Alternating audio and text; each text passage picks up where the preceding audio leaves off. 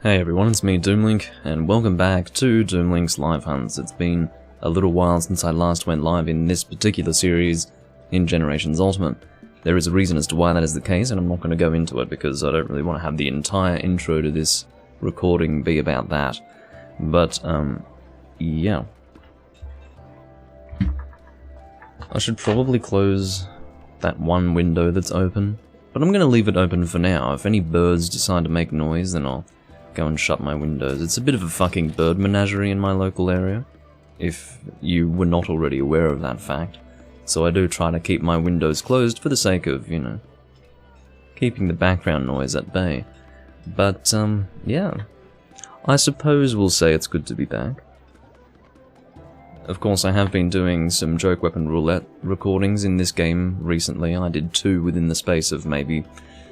we'll say within the space of 14 days. I don't want to say 17 days. 17, I meant 7. I don't want to say in the space of 7 days because I don't think it was, you know, that frequent, but either way. Just thought I'd do some Monster Hunter. I did actually confirm whether or not my Wii U could run 3 Ultimate without overheating. Turns out it can't. So therefore I really do have to go and, you know, get my ass moving and get myself a tri-wing screwdriver. Can't fucking wait. I would obviously rather not have to open the thing up, but it seems like it will be necessary to clean it out, so I will definitely do that. I'm not going to go into details about that because I've already mentioned it a number of times before. My Wii U is having overheating trouble on account of dust inside the console itself. So yeah, it just needs to be cleaned out, and it's kind of annoying. I do apologise for the background noise. I mean, ideally I wouldn't have background noise, but we can't have everything in life, can we? Alrighty, so I will, once people come into the live stream, I will tell us a story of sorts. It's about a dream that I had last night. I don't know what it means or what, but it does relate to Monster Hunter, and it was very odd. It was just, it's the strangest dream I've ever had, I think, for the reason that I actually didn't know it was a dream at the time, and it twice happened that I was somehow, in my dream, convinced that it wasn't a dream, and I've never really had that. I've always been able to identify whether or not something was a dream. It was just very, very odd. But I will tell that story a little bit later once YouTube decides that my stream is worthy of being, you know, viewed by my subscribers. But anyway, I'm not even looking at any of these room names, to be completely honest. So what have we got here? We've got G-Rank Amatsu. Well, we may as well. I haven't done Amatsu Magatsuchi in quite a little while, so maybe it would be worthwhile. I suppose I have somewhat recently done Amatsu because my friend really likes Amatsu. He's always wanting to either fight Mizutsune or Amatsu, which is interesting because they are the 2 Japanese-style monsters in the game. Well, Japanese-esque, I suppose we'll say. Yeah, guys, this is Amatsu, everyone. Look, I'm not doing Elatrion because you have to understand that I've been fighting Elatrion in 3 Ultimate, I've been fighting him in Portable 3rd, I'm sick of having him on my channel, so yeah, we're just gonna not do that. That's not happening. Hopefully the lighting is reasonable. It's not really reasonable, but I'm leaving it at this in case it does get brighter outside, which could happen at any time, so... Jaggy Man. Okay. It's an interesting, I haven't seen the name Jaggy Man in a little while. Not that it's referring to anything specific, it's just, you know, Jaggy Man, Baggy Man. There were people around who had those names in the Tri-era. And my dream does actually relate to Monster Hunter Tri. The dream that I was going to tell you about. Jaggy Man says, "Hello, fellow hunter," with S in parentheses at the end. Well, good on you. For making sure that your shout is applicable in all situations. Okay. Are we... Well, I'm sure we're hunting something. What's he using? He's using... Well, I suppose it's not the most boring set in the world, because it does have evasion +2, so we'll give him that. We'll give him that. Misty Opportunity, that is Duramboros. I just happened to be using this set, it's just what I was using last time. It was my intention to record Generations Ultimate yesterday, actually, with Tyler, and get him through G-Rank a little bit. But as soon as I was setting up my recording, Bob the Builder decided to set up something of his own, which was a circular saw right on the fence line, and he began to cut steel with it. So, in case you needed me to spell that out for you, or spell this out for you, that's a surefire way of ruining a recording. So, I cancelled the recording right then and there, which was somewhat undesirable, but because, you know, I was most of the way to setting up the fucking recording, and I had, you know, Tyler ready in the wings, and it unfortunately had to not happen because of Bob the Builder, and it's certainly not the first time Bob the Builder has prevented a livestream from going forward. I'm gonna shut my window because I know that fucking bird is getting into the mic. Or maybe it's not, but it's good to take preventative action either way.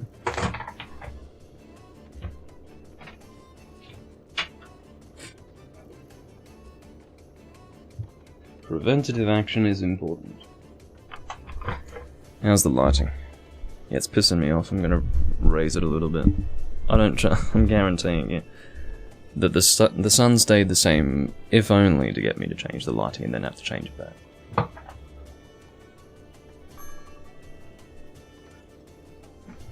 Just bumped it up a little bit, which is just enough. Don't know where everyone is. I think YouTube's actually spiting me with notifications at the moment. Actually spiting me. It's because I said in a survey that YouTube delivered to me that I was very dissatisfied with YouTube as a video creation platform. And then I also said that I'm unlikely to leave YouTube as a platform in the next 6 months, which kind of, you know, gives YouTube the ultimate opportunity to give me my just desserts. As far as they're concerned, anyway. As far as their viewpoint is, I don't think I'm, you know, unjustified in considering YouTube to be a very dissatisfying place of content creation, because you have to understand that YouTube really has declined greatly. And it was very, very interesting that all of the possibilities that they had come up with for, you know, things that I was dissatisfied about, none of them actually had anything to do with what I was dissatisfied about. It was all things like, it was all the sort of thing that you'd expect someone who was actually making money off YouTube to be concerned about. I'm of course not making money off YouTube. I don't think I need to make that clear, but just in case. Yeah, not making money off YouTube, so that's not my gripe. That's not my concern. You know, things like what advertisers are doing. And other such monetization issues. Is not actually part of the equation for me. Of course, what bothers me about YouTube is the steady decline in functionality of the website. We're not talking about just changes in the way things work. We're talking actual loss of functionality across the board on the website. So, yeah. And also things like, just so many little things. I mean, it's not entirely important, but definitely the YouTube channels. If you guys remember YouTube channels from back in the older days of YouTube, they were actually almost fully customizable. And then in around 2012, the One channel was brought in, which was an optional upgrade to your channel, which basically stripped it of its originality and uniqueness. What is happening to the lighting? I fucking give up. But it basically stripped YouTube of its, or the channels anyway, of their originality, and basically created a uniform channel design. Interestingly enough, it was ugly, but it's better than what we have today. But eventually the One channel became just YouTube channels. They didn't need to call it the One channel anymore, because that's just what YouTube channels look like. They completely phased out the previous design for YouTube channels. And then that updated sometime in maybe 2014, something like that, into what we have today, which is this white thing with the most terrible banner in the world. Like, the way the banner works is just so terrible, because the image that you upload has to be optimized for television screens, for fuck's sake. Televisions! You don't upload something at the that fits the dimensions of the banner that appears on your YouTube channel.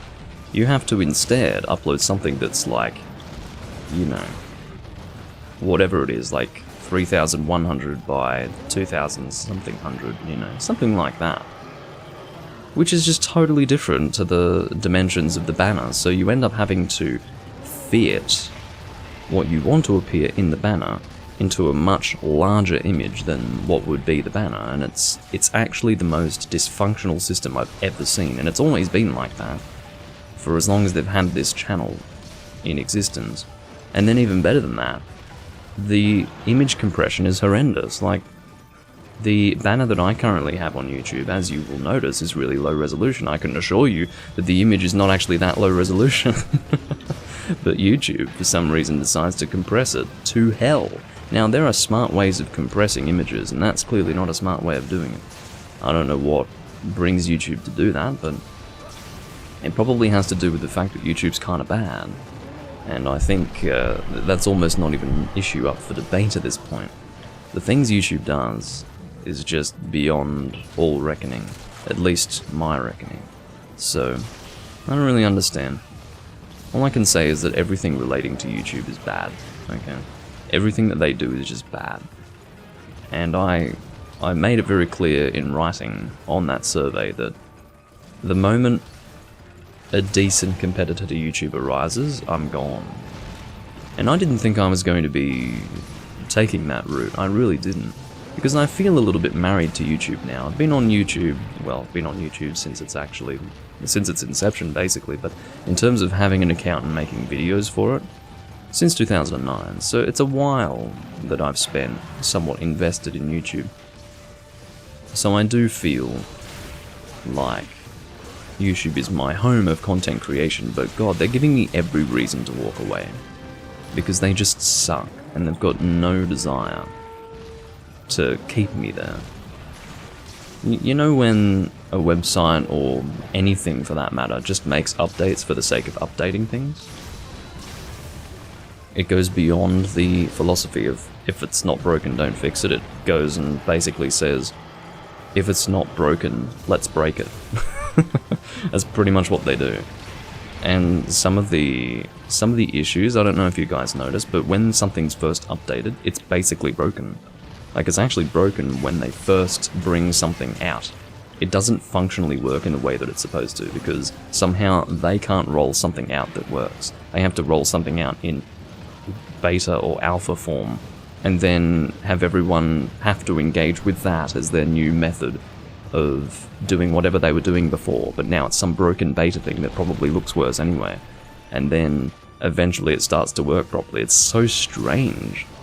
Now, almost no other website would get away with this kind of ridiculousness, but YouTube does. I mean, YouTube's one of the biggest websites on the internet, and they can't handle web design. They really can't. The simple things are a struggle for YouTube, so I really don't know what the fuck is going on with those people. I'm almost wondering if it's calculated, if they're actually intentionally making a bad website just to piss us off. But I seem to be the only one pissed off by it. I don't know. I mean, I'm not asking for amazing web design. All I do is I compare YouTube to the way it was in the past. That's all I do. I'm not comparing YouTube to some sort of utopia in my mind, some utopian form of YouTube which is just unrealistic. I'm not even doing that. I'm comparing it to what YouTube used to be, which was a more functional website. And they just add more and more features, and you know what? I wouldn't even say that that's the problem. I wouldn't even say that it's that they're adding more features. It's less functional than it used to be completely honest. It just sucks. And what I'm always hurt by is the lack of notifications going out to my viewers. Like, for example, right now. I've been live for 15 minutes, basically, and I don't think anyone's in here, so... Yeah, it is what it is, but I'm going to try and not turn this whole recording into a YouTube rant. If you know anything about me, I can rant about YouTube all day. But, yeah, I'm just sort of giving context for why I marked YouTube as, well, the reason why I said that I was strongly dissatisfied with YouTube as a video creation platform in that survey. But yeah, I think they're fucking me over as a result. It's definitely just a theory, but... and not likely to be the case, but it certainly could be. How have we not broken this hump yet? My god. Well, I'd better use Moonbreaker. There's no reason not to do Moonbreaker, it's good damage. Oh, we somehow managed to break the hump just before death, which is a surprise. Anyway.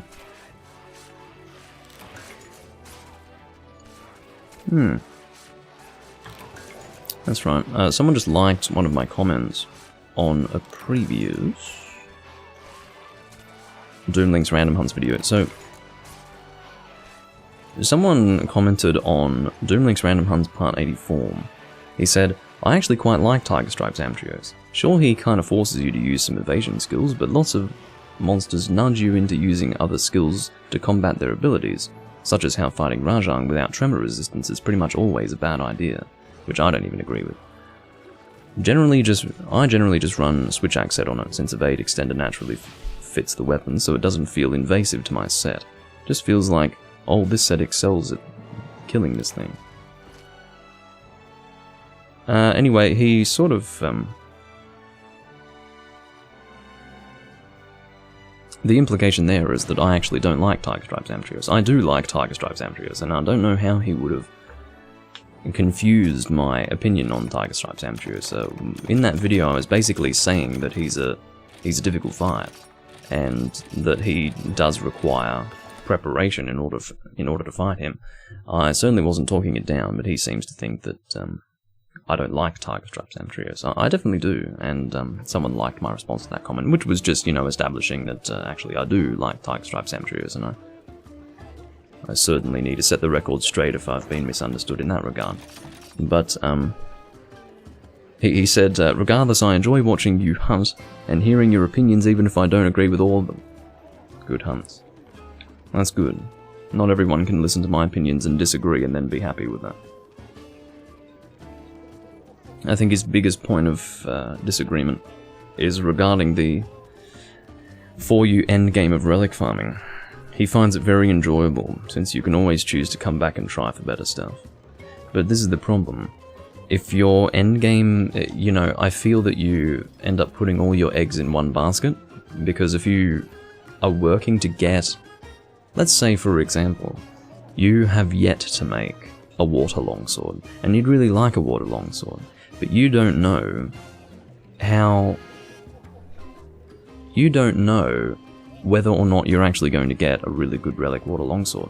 It's possible that you will, but instead of, you think in your mind that you would be better off allocating time to a guild quest to possibly get a water longsword than spend the time getting what would regularly be your endgame water longsword from an actual monster in the game. Because you never know, you might spend all this time working on that only to have to, well, only to receive an even better weapon from a guild quest later on. So the idea is that you're much better off either going one way or the other. So you just missed one hunt, Vernon. We did a G-rank Duramboros. Well, that's exactly right, Rivian. I feel that YouTube doesn't have any... Well, this is what's very strange, Rivian. It feels as if, rather than address problems, YouTube instead fixes to create more problems. And I've never understood that. It seems as if, you know, if you've got a limited number of problems, you should just sit back and say, well, shit, things are working well, let's relax a little bit. Let's not get ambitious and start changing things. But what they do is they just actively break their website time and time again, and it's so bizarre. I've never understood that. Anyway, I don't know if it's a turns room. I don't know if they're waiting for me to post. Player 2, says Jackie Man. It's so fun. I don't think this even says that it's a turns room, does it? Oh, it does. Well, aren't I stupid? I guess I just joined it without even noticing what it was called. I don't particularly have anything that I... You know what, I'm just going to say skip. Skip main. But yeah, I don't know. of course people would say, if I complain about YouTube, there will always be that small percentage of people who go, well, if you don't like it, go to Dailymotion or go to Vimeo or some garbage like that. It's like, well, that's not practical, is it?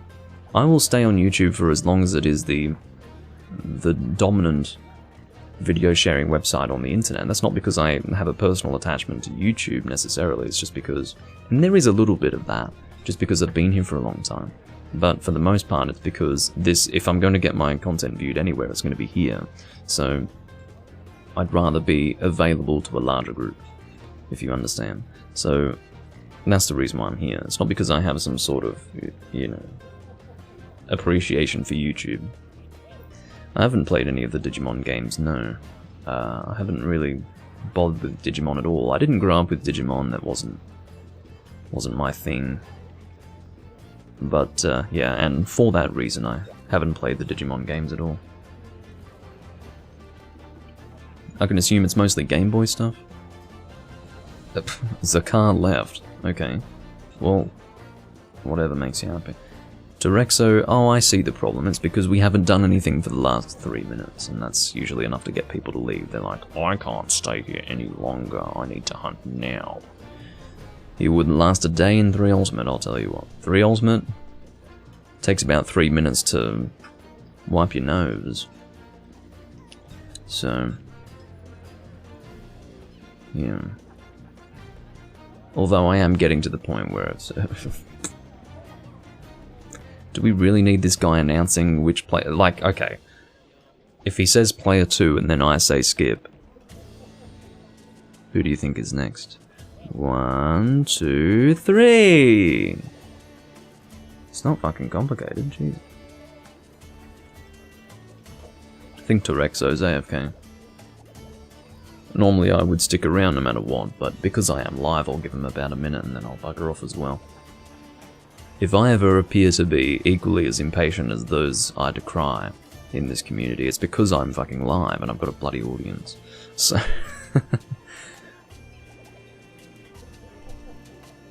Colin has entered the hub. Wow! What are the chances of us being the exact same hunter rank? Like, what are the chances? If you think about it, pretty low. Pretty low.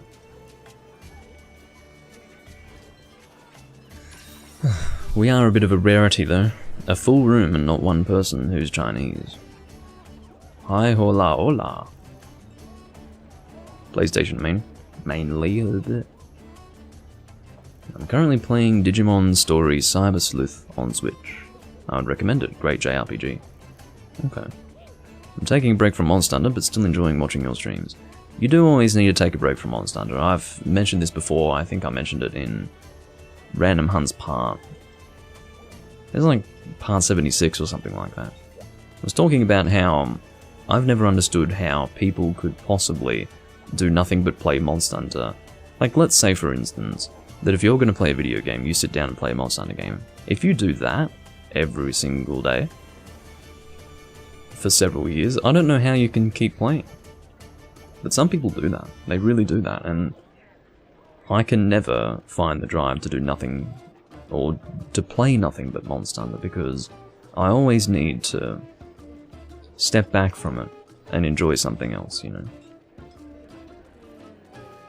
Imagine going AFK in this game. I mean, this guy's fucking lucky he's not coming back to an empty room. That's usually how things go.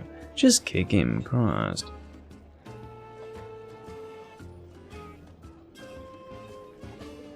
I'll just leave. I'm sorry, I can't do this. Not while I'm live. I can sit here and talk all day, but I'd rather talk while hunting. Okay, turns, different turns. That's Nursilla. I haven't done too much Nursilla recently. Nursilla is a weird monster, I do appreciate him. He's, you know, got a bit of a different body type, and... or she, you know. Everyone refers to spiders as she. As if spiders reproduce asexually. Point being, of course they're a female... oh, excuse me, of course they're a male spider. I'm just going to confirm that that is actually... oh, excuse me.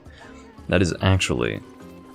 because of course it says Neotero something or other, which refers to insects as opposed to arachnids, specifically. So, there you go. That's right. Do you guys remember how I was in the middle of building this fucking set? Even now I haven't finished it because I need to do some Meowster Hunter garbage to get what I need. And I need to have Tundra on rare, either at low rank or high rank. And I swear to God, for the last 30 hours of gameplay, I've been checking them, probably even more than that. I've been checking the Meowster Hunters to see if it turns rare, and it just doesn't. It just refuses to turn rare. I don't fucking understand. Why is the sun shining right there? That is the most ridiculous thing I've ever fucking seen in my life. I can't even prevent that. I don't even know what to say to that. Oh, whatever.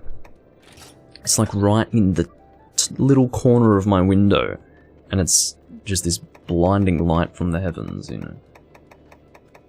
Let's use Martyr for a change. Do I want to... No, I won't use Greatsword, that's boring. Let's use Hunting Horn.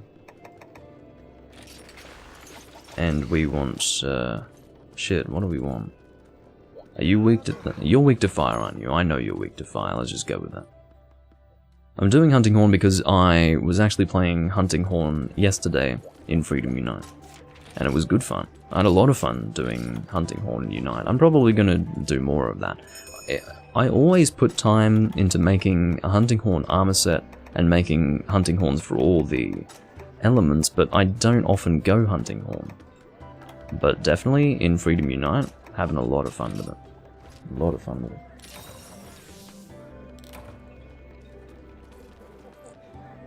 I'm about to lose my shit with this light. What I'm gonna do is I'm gonna have to climb it. Oh my god, you don't understand how annoying it is to fix that.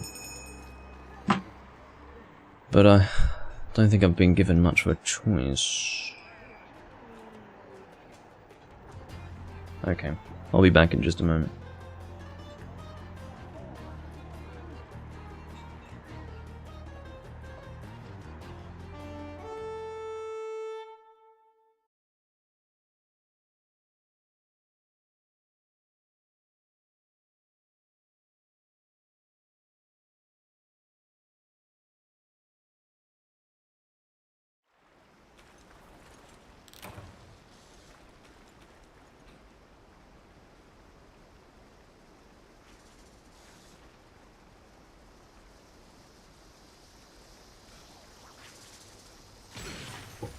I'm being attacked by Conchu.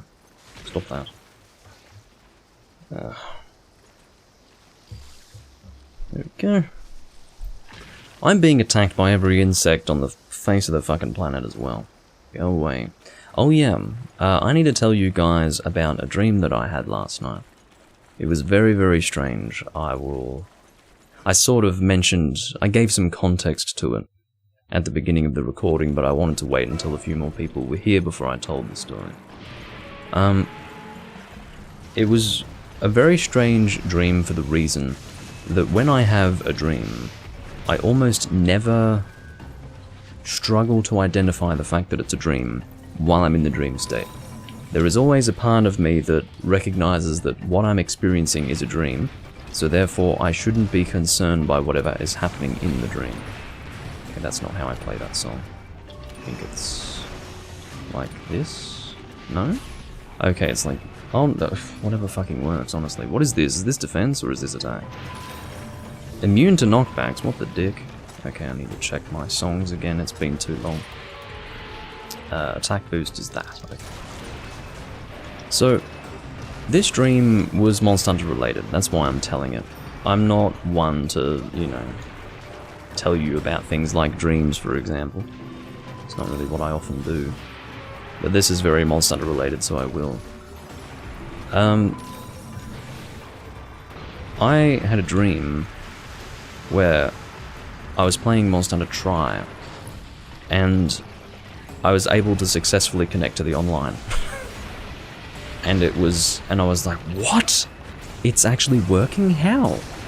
I think someone, I can't remember if in the dream someone had said to me, try connecting to the online, and I think I was like, no, that has been, the servers have been down for so long, and then I tried it and I connected and I was like, holy shit. There was no announcement from Capcom about it, I just, you know, went in there and connected to try successfully. And it was this dream, and I actually in the dream was saying, oh my god, I hope this isn't a dream. I hope this is real. Please tell me this is real. Is this a dream? And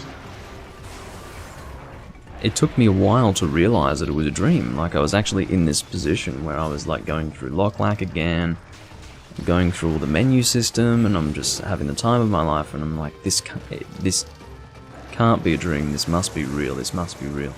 And then I sort of half woke up in my bed, and I was like, shit! It was a dream, shit! And then I sort of drifted off again, and it happened again. I was like, this isn't a dream, is it? This isn't a dream. And then again I had to, you know, in my half-awake state, realize, it is a fucking dream, damn it! It was just weird, it was the strangest thing, and I think the Monster Hunter G servers came back for the Wii as well. It was such a weird dream, you know. I don't know why I had that dream, but it was the first time I've ever had a dream where I just haven't been able to identify while I'm in it that it's actually not happening. Because I'm a very aware dreamer, you know. I've always got an innate understanding that what I'm experiencing isn't real. But in the case of this dream, I was totally convinced that I was actually there experiencing the Tri-servers returning. So it was crushingly frustrating to realize that it was just a dream. But, of course, when you're using Hunting Horn, the ideal scenario is to continue attacking the monster, but I'm kind of in the habit of old-style Hunting Horn at the moment. As I said, I was doing Hunting Horn in Freedom Unite before, and you've got no choice but to stand back and play your songs, because you have to spend so much time in recital mode. God, it got dark all of a sudden. Thanks, son. As usual. I can always rely on you. But, yeah, just thought I'd share that dream with you. It was an annoying dream, because I had to come to terms with a rather frustrating reality, which was that it was a dream, which I usually don't have to come to terms with. Okay, so I've got Euphony, but we don't want to use that. I also need to get Sonic Smash 3. I've never bothered to do that. As I've said in the past, whenever I get a Hunter art, it's not because I'm actually actively trying to get that Hunter art, and that is to say, whenever I unlock a Hunter art, it's never because I've actually worked to unlock it. Because I've never done a quest with the intention of unlocking a Hunter art.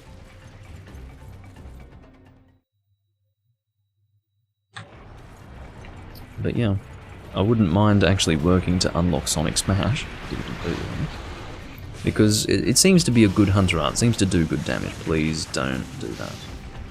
Or whatever. But yes, I should ideally play Finale first, and then play my attack song. Right, I need movement speed up. I don't really need attacks deflected, or attack, deflect, negate, whatever the fuck.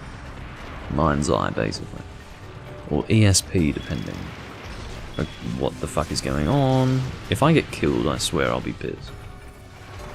I've always found pitfall traps to be quite funny with this monster, because usually it's too big for the trap.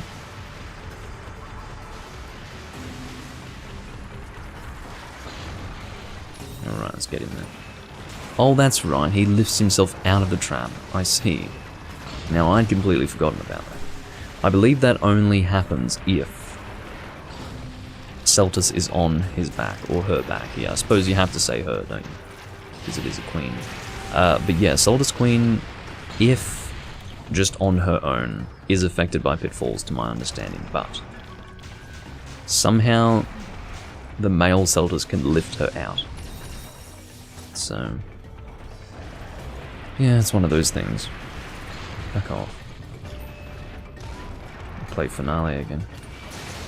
I think it starts with orange, doesn't it? Well, we're about to find out. Yeah, it starts with orange. Go. I don't believe that there's a second level to the melody effects extended. I believe it's just, you know, a single level horn skill. Hello, Spaceman. Alright.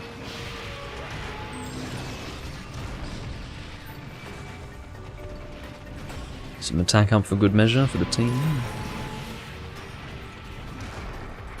I only use horns that use attack up. I don't believe in pure support horns where, you know, it's only things like stamina up and that sort of thing. The most use you will get out of a hunting horn with a group is attack up. Well, attack up large as of the older games, and attack up 15% here. Because you're giving attack up large to an additional 3 people. Which really does equate to very good damage. So I will never use a hunting horn that doesn't have that, basically. I mean, I understand some people probably are willing to do that, but the way I look at it is that's the only way I'm going to do decent damage myself.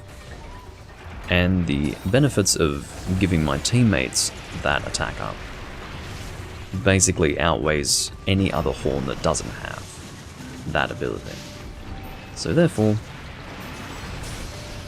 it's what you would call a no-brainer, to the extent where I refuse to do anything else.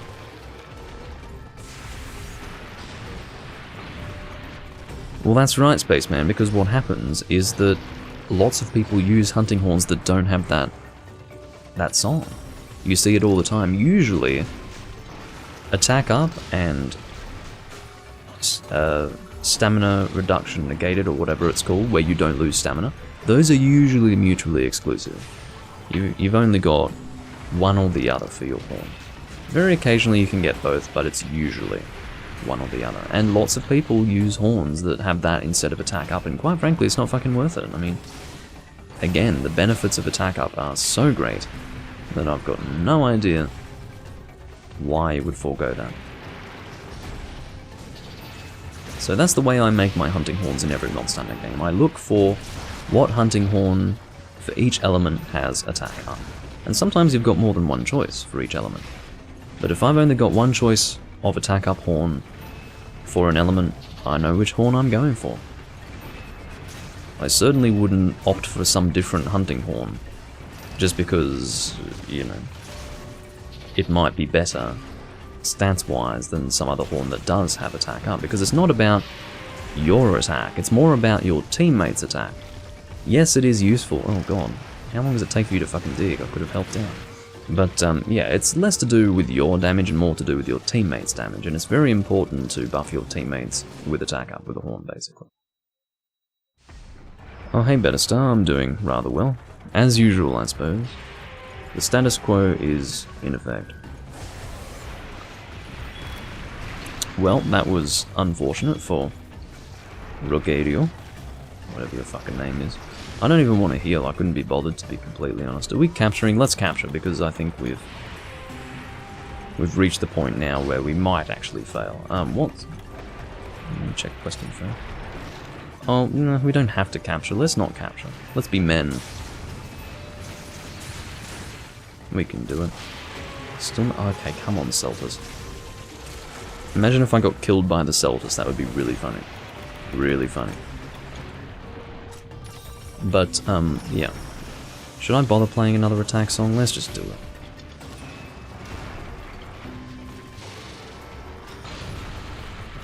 Of course, good hunting horn players will actually attack the monster while doing that. I was certainly on top of doing that in Portable Third when the hunting horn first changed to be able to do that, but these days I'm a bit lazy. I just sit back. A new weapon type in Monster Hunter would probably have to be something that's based on the insect glaive, because every single monster, or rather every single weapon, has a counterpart. The hammer's counterpart is hunting horn. The greatsword's counterpart is longsword, etc., etc. Sword and shield's counterpart is dual blades. Insect glaive has no counterpart, but they've already made one. They've already made a counterpart for insect glaive, and that is whatever it's called. That weapon that was introduced in Frontier. I can't remember what it's called now. Like the Volt Axe or something like that. I'm not entirely sure, but you can see that it's definitely based on the insect glaive in terms of how it works. So, yeah, in other words, the insect glaive is the one outlier. Technically, the bow is also an outlier, but you couldn't necessarily say that because it's a bit comparable to bow guns in that the basis for a bow gun is the bow, if you think about it. Technically the bow came in 2nd gen, but what's a bow gun? It's basically a gun that uses bow mechanics. So, yeah, I wouldn't say the bow is as much of an outlier as the insect glaive is. So for instance, Charge Blade is based on Switch Axe, so therefore, what's Insect Glaive based on? It's not based on anything, it's its own thing, so... I can't remember the name of that weapon type they introduced in Frontier. It was towards the end of Frontier's lifespan, it was in like the last 2 years of its lifespan, something like that. No. It's very difficult. How is it not dead? I've totally switched off to the hunt, I've not even been trying recently. I mean, I'm just buffing my teammates, I'm letting them do the work, but fuck me. That's really funny. The fact that we failed that is really funny. That's hilarious. I mean, I probably didn't contribute to success all that much, but that's funny. That's really funny. I bet these guys are fucking pissed. I probably should have just thrown those tranks and we wouldn't have had that situation. I didn't throw the tranks because I thought, well shit, we've got 2 more deaths technically, so let's just go for it. But no, we managed to actually fail. That's so funny.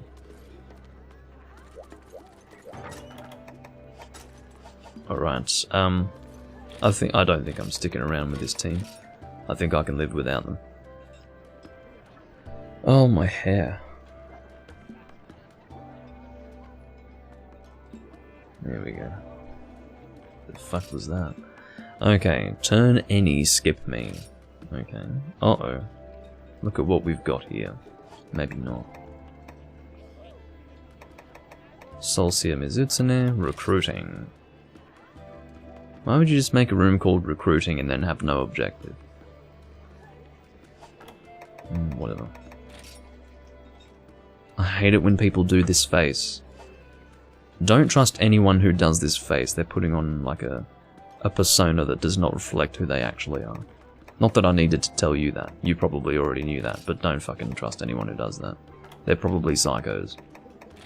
Or have some serious emotional deficiency. And if they're girls, be even more wary. Because you know how girls are on the internet. Not across the board, but there's a large percentage of them who are a bit cuckoo. A bit. Okay. Let's get igneous. Very well. Yeah, Magnet Spike. I think that's what it is. Magnet Spike. So I think Magnet Spike is the counterpart weapon to Insect Glaive. So therefore, I would say that that's the best weapon going forward. Anything that would be a counterpart to Insect Glaive, which I believe that to be. Just looking at how it works, it seems to work that way. I'll go Hunting Horn again. No, I don't want to go Hunting Horn actually, because I don't enjoy it as much here as I do in Freedom Unites, so... It's so funny when someone says hi salut, but then they shorten salut. It looks like they're saying hi slut. Like hi SLT? Don't call me a slut. Haven't given you a reason to call me that just yet. Right.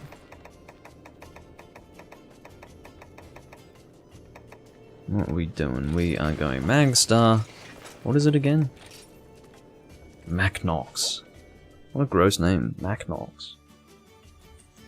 If I really had to choose a weapon type that was not a counterpart to Insect Glaive, I'd probably want another ranged weapon. Because if you think about it, Monster Hunter is mostly about close range weapons, not so much about long range weapons, so I don't know what you could possibly do. You know, chakrams, something that you throw, I think would be the best thing. Because in a way, the bow almost meets close range weapons halfway. It's almost a bridge between ranged weaponry and close ranged weaponry, but not entirely. I think something like chakrams would actually bridge the gap because it's something you're physically throwing. It's not so much a mechanical tool like bows and bowguns are. In other words, you are the one facilitating ranged combat, not the tool that you're using. So I think chakrams would be interesting. And I'm surprised they haven't brought about chakrams. We do have some dual blades that have chakram-esque designs, but we don't have actual functional chakrams, so I think it would be cool. That's what I would say. Now, would things be out of balance that way? I'm not sure. I think it would have to come after the insect glaive counterpart.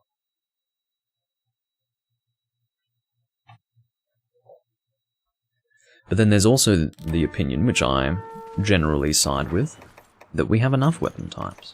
We don't want to flood the game with weapon types, in other words. I think we have a lot to choose from, and, you know, I suppose there's always the argument that it would make it harder for people just coming into the game, but I don't care about that. Remember, as soon as we decided to make things easier for newcomers, we got Monster Hunter World, and that was, well, a mistake, to put it lightly. But, yeah. Well, they went really far to do that, and of course they definitely got results. Monster Hunter World sold more than any other Monster Hunter game. I wonder why.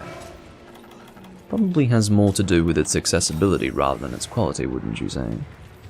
Probably has more to do with its advertising than its quality, wouldn't you say? But let's not let the facts get in the way of personal preference. Anyway.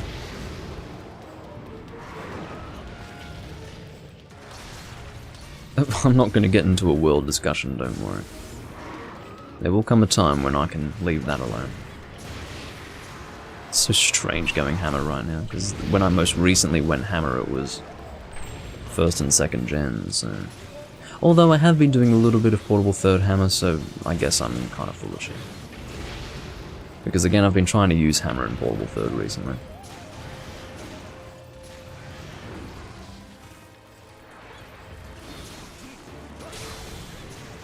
Alright. Just do an upswing there. Oh shit.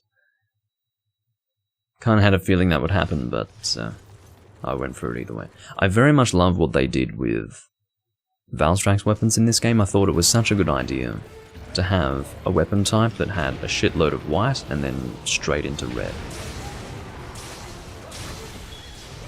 Okay. It's interesting, I do the spin attack into Golf Swing a lot in the older generations, but not so much in this generation of Monster Hunter. I don't know why that is. I think because of the existence of the upswing. Because the upswing and the spin into Golf Swing have similar functions for me. In other words, it's very easy to... You don't have to commit as much to being in one place. You have to commit a little bit more with the spin, as compared to the upswing, but the spin has a bigger payoff, which is the Golf Swing, if you time it properly. But while it does have a bigger payoff, the upswing does essentially do what the spin does in the older games, as far as just being able to stay away from the monster and then come into close range, you know, and then deal your damage and then get out again. Whereas just running in for a triple pound is quite dangerous, and super pounds are not as good as golf swings, obviously, so if you can spin into a golf swing properly, that's going to be a lot more damaging than heavy super pounds, you know. Yeah, so I don't think they made any attempt to balance the clutch claw. They basically made it the dominating aspect to Monster Hunter World. And quite frankly, whenever I refer to Monster Hunter World, I'm not even talking about Iceborne. Iceborne is a fucking catastrophe, but regular World has its issues as well. And that's mostly what I refer to. I cannot speak to Iceborne so much because I haven't even played it. I stopped playing Monster Hunter World long before Iceborne was even... Yeah, you know, probably before Iceborne was a twinkle in the eye of any Japanese man. But, well, I shouldn't say that. Iceborne was probably planned from the beginning. I'm just being a bit hyperbolic, but my point is that, yeah, Iceborne was not announced by the time I was done with World, so therefore any time I refer to World, I refer to my own personal experience, which is therefore not Iceborne. But I have heard about Clutch Claw, I've had it described to me, and it's fucking miserable from what I understand. Because it basically dominates the way in which you hunt monsters, and that's not cool. You don't let a gimmick dictate how you hunt monsters in a game. you can have it influence it, but you don't make it so that you hunt every single monster in the same fucking way. It's so stupid to me. Alright, let's get in there. Spitting meteor ahead. I don't think we can get the full thing out. He's gonna move. Damn it. I was just a little bit greedy, you know. But yeah, you know. It's not hard to imagine Capcom failing to balance something properly. It's almost expected, to be completely honest. I'm not really going for the head religiously, as you can tell. I don't know why. I guess it's laziness. Let's just aim for the head from now on. There we go.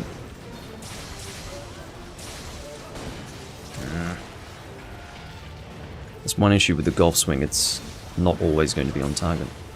Sorry, Exodus. My head. The only time where I'm not going to have qualms about hitting someone away from the monster is if I'm going hammer and they're attacking the head. I respect that they want to deal damage to the head, but unfortunately when someone's using hammer, the person using the hammer basically has all rights to the head. For the fact that there is a KO payoff. Whereas if you're attacking a head with a longsword, you're not going to get a KO payoff, are you? It's just the way it is. Would like to get a KO again, and spinning meteor, that would be nice. Oh, oh, that's very, very unnecessary, to be honest. You were not going to lose enough health to even be at risk of death, and you instantly shitbomb him. So basically the issue with doing that is, to start with, you've caused the DPS of the team to go in the toilet. Okay, on two fronts you've completely shat on the DPS of the team. First and foremost, we now have to chase the asshole, okay?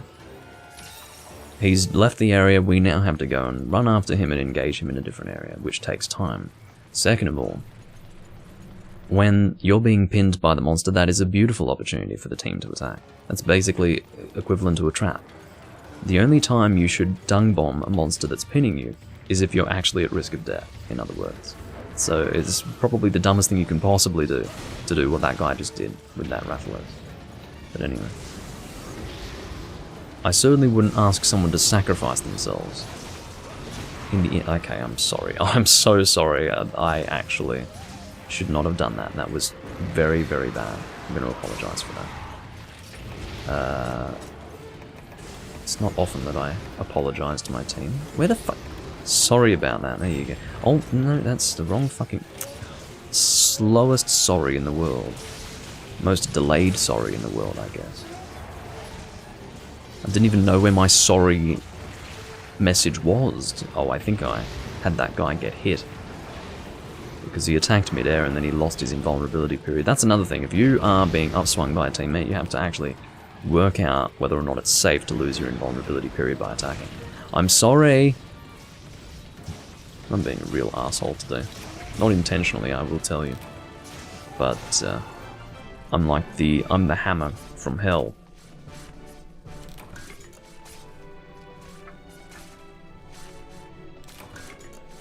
Yeah, I'm definitely not the MVP this hunt.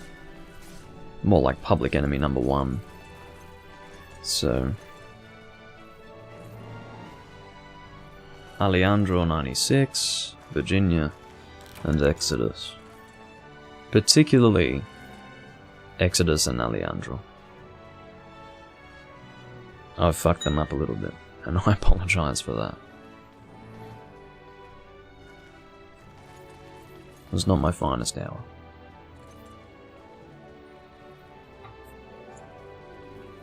But yeah. What was I talking about? Oh yeah, world. Let's not talk about that anymore. I do find that world players are the most... I'm talking about the community.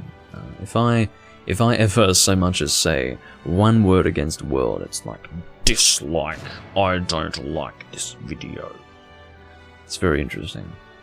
And I suppose the reason why is because they don't often expose themselves to an opinion that is different to theirs. Hey Mikkel, good to see you as well. Yeah, a lot of my It's good to do Monster Hunter for me, because that's when I actually get to talk to you guys. It's a bit of a lonely journey whenever I do my Zelda stuff. It's usually just Potato and maybe one other person, but... you know, I get to feel like I've got an audience again when I record Monster Hunter. So... well, of course they do that in Monster Hunter Online, Ethan. They actually tell you who does what percentage of damage in the hunt, which is kind of... I don't really like that. I'm really hesitant about that. A lot of people who played World on PC had a mod that showed that. It showed everyone's damage, and I think that opens...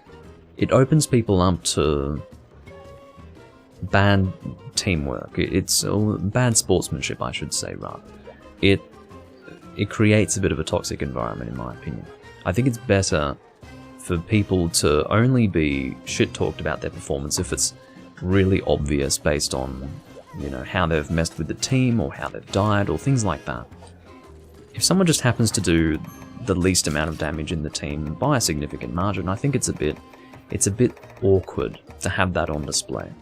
And I don't think it makes for a good team environment at all. That's just my feeling. And I don't really want to do Elder Frost. I've done a lot of Elder Frost in my time. Well, let's have a look and see how much Elder Frost I've done. Just because you guys are going to be like, Doomlink fighting a lot of a deviant monster? I can't imagine that. Well, we're about to see how many we've killed. Where the hell is Gamoth? Here we go. Oh, you've got to be joking. You see, this is not appropriate for me to be continuing to hunt this monster. You guys know that I'm not a fan of deviants. Well,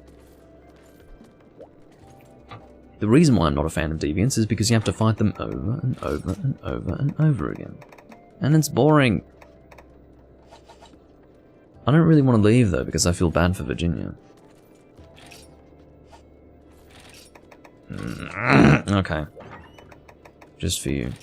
So close. So close. That was not a performance, that was me genuinely like, I'm gonna leave, no, I won't do it, sort of thing. Oh yes! That's right, in my Joke Weapon Roulette recording last time, I was informed that Striker Lance is basically traditional Lance. So let's give that a try. Ooh. I'm kind of excited for this. I don't know how it could possibly be that I didn't realise that Striker Lance was traditional Lance all this time, but it seems that it is, so let's go. And, shock horror, Doomlink is using the style that's not guild. Everyone take it easy. I mean, we're about to... this is going to feel really strange, I'm just going to warn you, because apparently the Striker Lance moveset has a regular third hit. In other words, instead of having the very slow thrust on the third thrust, it's just going to be normal. It's normal Lance. Just as you would have in 4 Ultimate. So we'll see what we've got here. I'm kind of excited. Yeah, Deviants, I've said this a million times before, Deviants are great in concept, and I like the monsters themselves, but the actual experience of leveling up the quests is awful. Any enjoyment that you would otherwise get from the monster is just sucked out of you through the intense monotony of the Deviant Quest system, and I don't think that anyone should really defend it. I mean, people would defend it because you do see certain people who are at a fairly low hunter rank who have killed all EX Deviants, and you just sit there going, why? Is that your idea of fun, to fight so many Deviants? Deviants are a slog for me, because again, just leveling them up, especially the high rank ones, I mean the high rank ones in particular, are fucking awful. Just fucking awful. I didn't do any of them in Generations, certainly not. I didn't do all that much in Generations, but Deviants, you'd have to drag me kicking and screaming to fight Deviants in that game. That was not going to be happening. So yeah.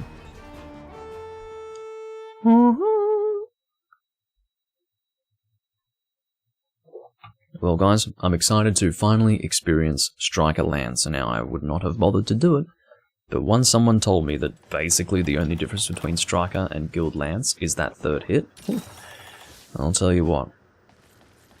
Striker Lance is the way to go. Because I don't know, I don't dislike that third hit, but it just slows down the combo, and it starts to weigh on me after a period of time. Let's do it. I'm so ready. This is going to be really weird. I don't know why they decided for Guild Lance to be the different one. What have we got? Oh, this is so strange to be able to attack normally with it. Look at this. Look. Oh, it's so different now. Oh, I think I understand. So you can counter after 3 hits with Guild Lance, but I'm guessing you can't do it with regular Lance. Look at this beautiful DPS. Oh, it's so clean. This is so clean. This is as clean as a fucking Japanese public bathroom. I love this. Oh, I'm not gonna... Oh, no, I will make it. There you go. So let's try to counter on 3 hits. I'm guessing you can't. Oh, it would be nice if I could get the whole combo out. How did that hit me? What? Yes, I'm sure you adored hunting deviants together, but... well, actually, I don't know why you would.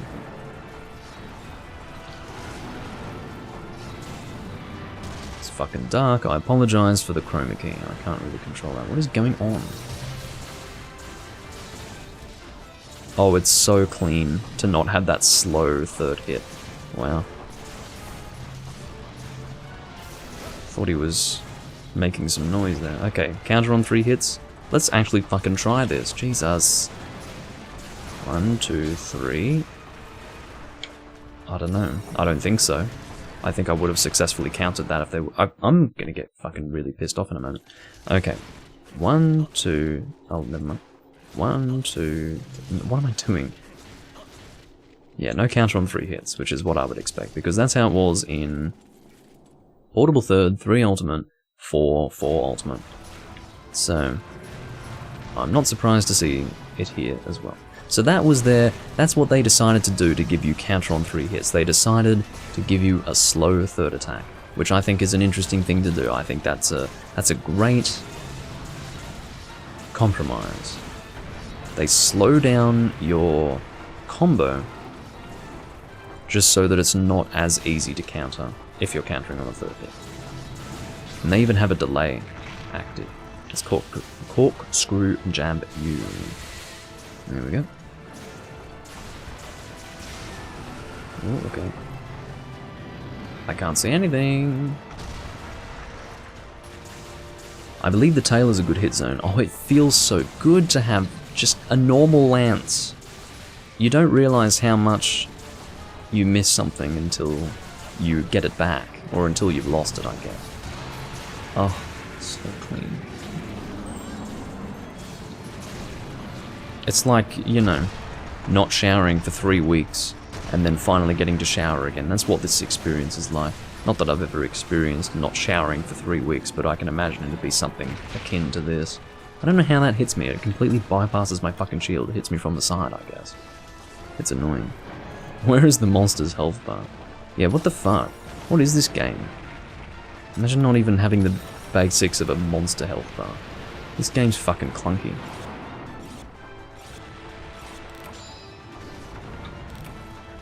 You know, the best way to piss me off is to say that 3rd generation Monster Hunter is clunky. That is the best way to piss me off, because I've never been so fucking angry as a time I was talking to a person, and he said that he struggles, he wouldn't want to, and if he did, he would struggle to go back to Portable 3rd because it's clunky, and I'm just like, you motherfucker. You motherfucker. It makes me angry even now. How could you possibly suggest 3rd generation Monster Hunter to be clunky? Like, you just don't even get it. The level of not getting it is shocking to me. It's basically saying, I don't like Monster Hunter. Like, it's equivalent to that statement. To say that 3rd generation is clunky. It makes me sick. Fills me with disgust that any person could be so fucking moronic they could consider 3rd generation to be clunky. Just get out. 3rd generation was the smoothest experience of traditional Monster Hunter, the smoothest. I do not consider 4th generation Monster Hunter to be traditional Monster Hunter, and I'll tell you why. It's because across 1st, 2nd, and 3rd generation, nothing drastically new had been introduced. It was basically a process of smoothing out the original concepts of Monster Hunter. The only thing that was drastically different that was introduced in 3rd generation was underwater combat. But I wouldn't say that really... It didn't feel like a major change to me. What was a major change, in my opinion, in Monster Hunter, which separates 4th generation from 1st, 2nd, and 3rd, is verticality. Not just through the insect glaive weapon type, but also through just auto-climb, the speed at which you climb, just the whole way you traverse an area is different in 4th generation. Different enough that I feel that it is distinct from 1st, 2nd, and 3rd. In other words, I feel that 1st, 2nd, and 3rd is in one group, and 4th is in another group. I think that Rise... You see, world does not dictate what 5th generation is going to be. It's one expression of 5th gen. It would appear that Rise is instead going to, incorporate a few more traditional ideas for Monster Hunter, which means that 4, in fact 4th generation, is closer to 5th generation than we first realized. If we were to take world as the pure expression of 5th generation, then yes, 4th gen would be quite different. But based on Rise, I don't think we can say 4th gen is super different from 5th. Therefore, I would say that if you had to group the games as traditional or non-traditional, I would say 1st to 3rd would be traditional, and 4th to 5th would be new Monster Hunter. Now, not everyone's happy with that, because some people started in 4th and they think real highly of themselves for it. They think, I'm a Monster Hunter veteran, I played 4 Ultimate, I'm a veteran. And, yeah, so they probably would prefer 4th generation to be traditional Monster Hunter, but it's not. It's not.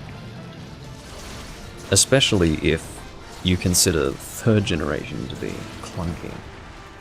Go play a little bit of 1st and you'll see what clunky is, my friend. You'll see what clunky is.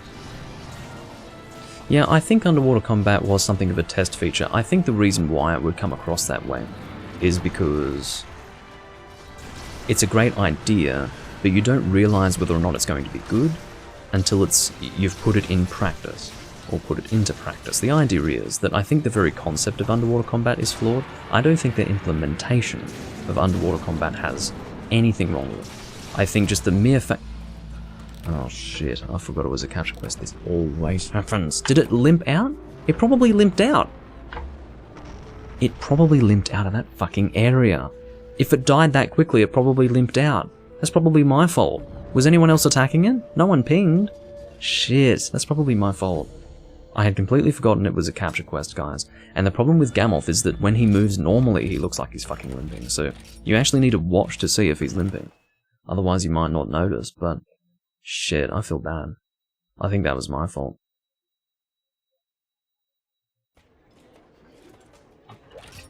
Well, I'm sorry, people. I'm moving on. That was let's say 95% my fault. I think I saw someone else attacking as well. But, yeah, underwater combat was definitely one of those things that had to be tried. I think, realistically, if you're hunting, where would you expand your horizons to? The sea, the ocean, the underwater. And it just turns out that it doesn't translate well into gameplay. It's one of those situations where good gameplay, well, good concepts don't always translate into good gameplay, in other words. You have to have something that works well as a game mechanic. And it just so happens that underwater combat does not work quite so well as a game mechanic, because it's awkward. Of course, a human being in full armor and a weapon underwater is going to move slower. The experience of moving slower underwater sucks, because you are at a disadvantage inherently because you are a human being underwater, right? Whereas the monsters are in their element. They are very comfortable. If you're fighting an underwater monster, it's not like you're bringing a fucking Jaggy underwater and fighting him. Then the two of you would be at equal footing. Instead, you, a land-dwelling individual, is going into an environment where you are at a disadvantage, but the monsters inside the water are actually in their element, so therefore, the experience is not pleasant. And again, that's interesting, but I think it's one of those ideas that should stay in 3rd generation, and I think that's the best thing for underwater combat, because in the end, underwater combat really sucks when you're doing it.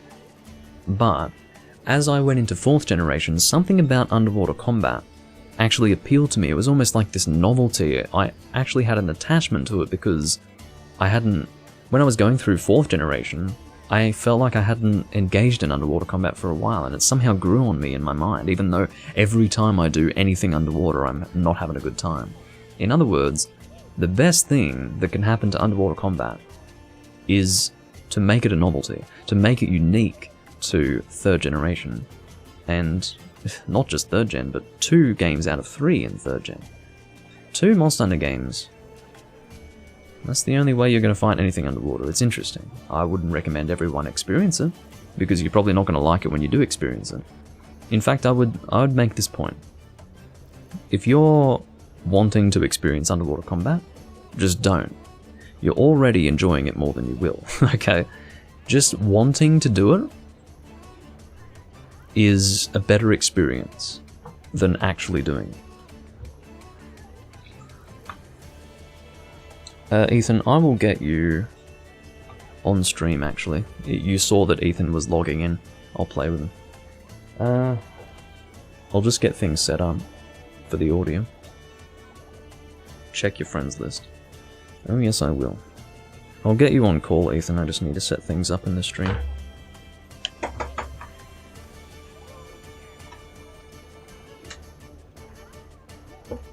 Whenever you have to do these things live, it's a bit of a, you know... You can't be sitting here talking when you're doing it, in other words, because you have to set these things up.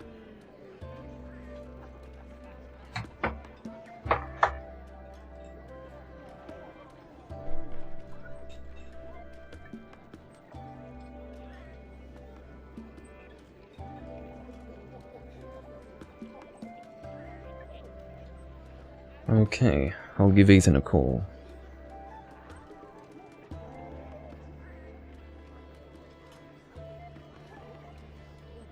I don't know what Tyler's doing. I mean, he could always join. We'll see. If Tyler's around, then we'll get him on as well.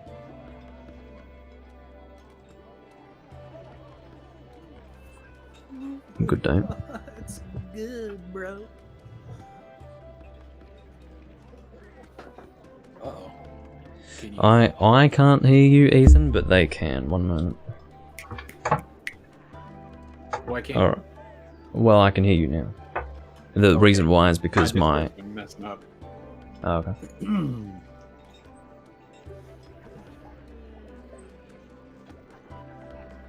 you hear me? Yes, I can hear you. Oh, excellent. So you're coming on, are you? Yeah, I'll play for a little bit. Why not? I saw your stream and I was just getting home from picking up a new phone, so I was like, hey, you know what? I'm gonna exercise a little bit of sword and shield with my good friend Doomlink. Sounds good. You probably should get a little close to your mic, though. You sound quite distant. Yes, that is because I am quite distant. Pardon my distance.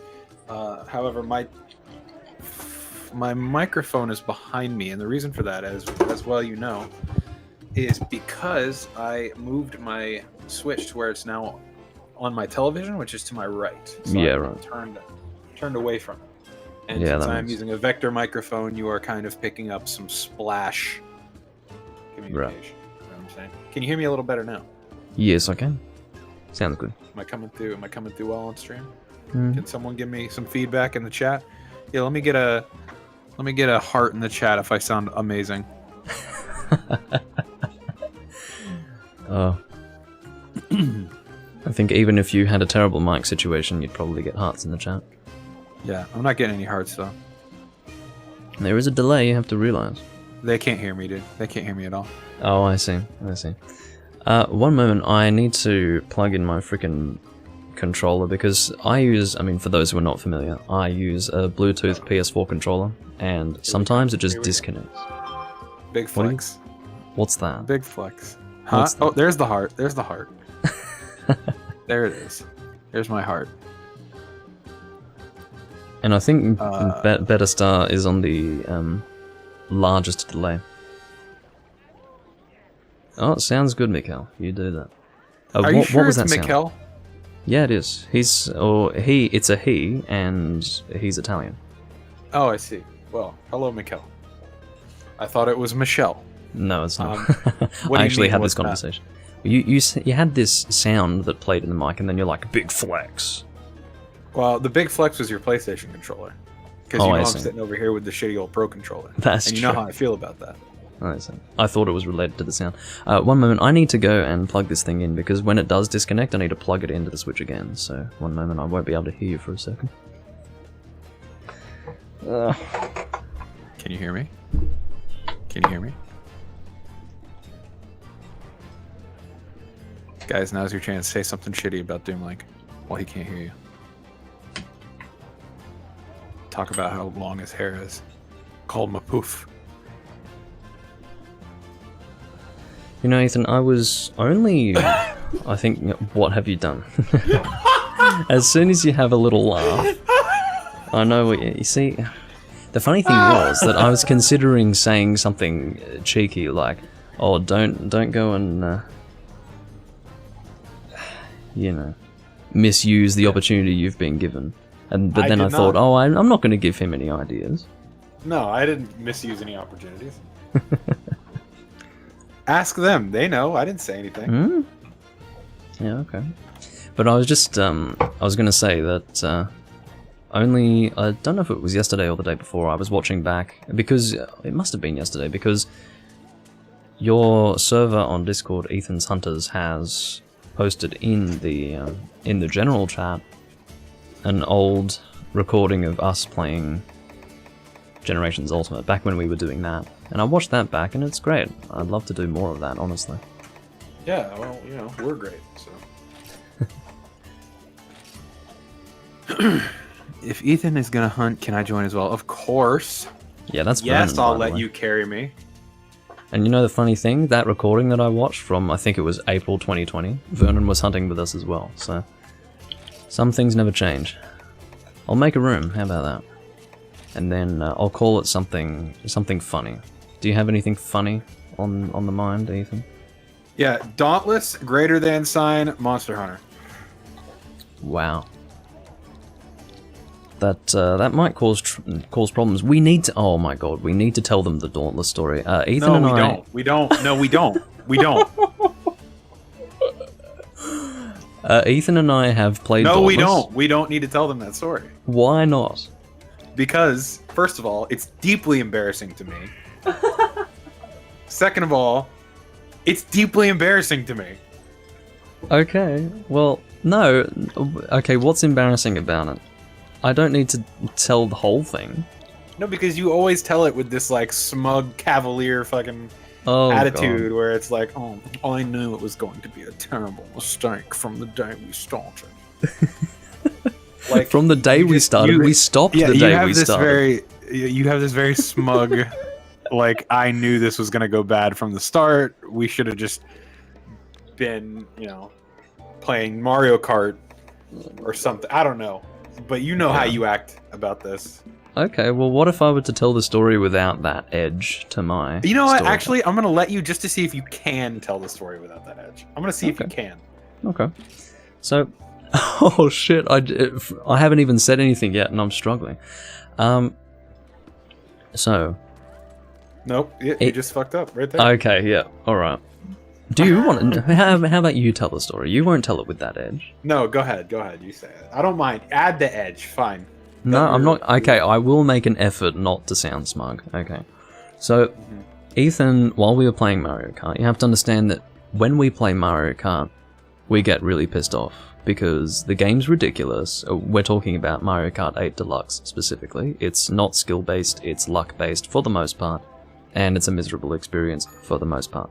So whenever we find ourselves playing it, we're always thinking, why are we doing this? Why don't we play something else? Ethan had a suggestion as to what game we could play that wasn't Mario Kart, because we often find that Mario Kart is the first thing on our list. I won't explain why, because then the smugness kicks in. But basically, the suggestion that Ethan had was Dauntless, because he was planning on playing it. He had played the game during the beta. Mm-hmm. Was it the closed beta that you played it during? I think it was. Mm-hmm. Because, oh, that's right. You paid, what, $40 to play it? Or was it 20? Do you hear the smugness? You hear it now. Okay, well, we won't discuss how much you had to pay to play the beta. Sure we won't. But we don't have to. It's not important to the story, because that's in the past, you know. We're talking about something that was rather recent. This was, what, 5 days ago, something like that? Mm-hmm. Anyway, I went and downloaded onto my PC whilst holding in my lunch, because it was about to leave my mouth the entire time, the Epic Games launcher.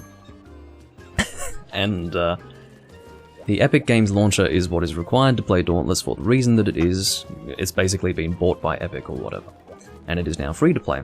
So we launched Dauntless, and here I was expecting something that was like Monster Hunter, because everyone always says that Dauntless is in some way comparable to Monster Hunter. I don't know why, and I didn't know why at the time. So I was sort of excited. I was thinking, how is this going to compare? I mean, my assumption was that it was not going to be anywhere near as good, but, you know, I was open. Next thing you know, we are thrust into what can only be described as a very, very average MMORPG, with basically no recognizable comparison to be drawn between that and Monster Hunter. I didn't identify anything. The only thing that I could possibly identify is the fact that you fight boss monsters. Wow. That's a fucking RPG, man. Like, there are, I suppose, instead of fighting smaller monsters as well as boss monsters, it's mainly boss monsters. But even then, it was so MMO-esque that I couldn't really see anything relating to Monster Hunter. You've got different weapon types. Okay, great. What's unique about that? What's Monster Hunter-esque about that? Nothing that couldn't be compared to any other MMORPG from what I could tell. So we're going through this game, we came to this hub world, and Ethan was already losing interest because, you know, we're going around, there isn't really a clear continuation point. Ethan can't find anything there. I say Ethan specifically because he was looking, I was not. And, you know, he couldn't really work out how to upgrade his armor or his weapons or anything like that. Like, you know how in Monster Hunter you have a clear place to go where you're gonna get better equipment? Well, this wasn't the case in Dauntless. It seemed a little bit messy, and it seemed that we were also barred from accessing certain NPCs, so it wasn't a great start. But there was one guy who had an exclamation mark over his head, so we thought, well, he's probably the one that we want to talk to actually do anything in this game. So we went and talked to him. Meanwhile, we've been harassed by some guy playing in the MMO hub world with us. You know, he keeps trying to add us to a group, and Ethan blocked him. You know, we'd only been playing for 10 minutes and Ethan's already blocked someone. And then we got teleported to this location, and you know, it's an MMO, there's other people playing in this location as well, in this instance. And we run towards this boss monster, and it's basically already dead, because some other group has killed it. And Ethan's like, what's going on? It's already dead! And I'm like, well, yeah, it's sort of what MMOs are. Sometimes you miss out on your opportunity to fight the monster, and then you have to wait for it to respawn, and then you get to fight it. And you were totally not interested in that. And then we probably only would have played for another 2 minutes after that point, and then I think we killed some boss monster with a group, and Ethan was just like, look, I'm sorry to do this to you, Doom, but I'm done. I can't do this. And then we finished. That was our Dauntless experience. It was all of about 15 minutes of playing Dauntless, and he was done. And quite frankly, I don't blame him, because it really was. It basically, it smelt, it looked, it felt like an average MMO that really was nothing like Monster Hunter at all. I've got no idea how it was in the beta. Ethan says that it was not like that in the beta. Probably the case. But whatever it is now is not comparable to Monster Hunter in any way. So don't play it, would be my recommendation. In the beta, it was a hardcore, straight-up Monster Hunter ripoff. Okay. And it was kind of promised to the players that it would become like a good Monster Hunter ripoff. Not better than Monster Hunter, but a good Monster Hunter ripoff. And then it just was. Vernon, you can post whatever you want. I typed it in the chat just in case I wouldn't be able to get a word in. Because we're fighting a slug monster with lightning powers. Oh, that's right. We're working on something for Ethan. I'm sorry. So we're making you the. So look, he's behind on the chat. No, that's all, or behind on the stream. That is. Look, what we'll do is we'll have him post something, and then this is the annoying thing with the delay, you see. But we'll have him post something, and then we'll do some Kezu. That's what he was talking about. That is. Oh, see, this is the problem with the delay. Anyway, just post whatever you want, Vernon, and then we'll do Kezu afterwards. So, yeah, the reason why we're doing Kezu is because Ethan wants to do Sword and Shield, and we were looking through different Sword and Shields that we could possibly do, and then I decided to look at the Sword and Shields that I had personally made for each element, and yeah, Kezu was the one that I went with, so we're gonna make a Kezu Sword and Shield for Ethan. So. Potato says, gonna miss this game when Rise comes out. Now, I'm not gonna use this as a starting point for a rant, but I've always wondered why people leave older games behind when a new iteration releases. I've never understood that. You can always go back and experience it. There's nothing stopping. Remember, it has to be hyper. Oh, it has to be hyper. Yeah, is this the hyper? No, this is the regular G. It's gotta be hyper. Do you need hyper stuff? I guess you do, don't you? Yeah, well, that was what we had decided. Okay. So, I'm gonna stick with Lance, you know, because I'm really enjoying just Striker Lance. I never would have expected that, but it is basically traditional Lance. It is what I would identify. Talk about how Kezu is the best monster in Monster Hunter? Like, without question. Yeah. He's so good, isn't he? He's so well designed, and totally not disgusting. You know, yeah. We've talked about this many times, but obviously Kezu on his own isn't terrible. It's the fact that he returns to the series while Giganox is left behind. That is the real crime. That is the real problem with Kezu. Yeah, they have no business leaving Giganox behind. I don't know why we can't just have both in a game. In fact, I'd love to see a turf war between them. They obviously occupy the same spaces. Yeah, that is true. In fact, I will say that the best thing about World, I think it's the best thing, would be turf wars. I think turf wars are really good.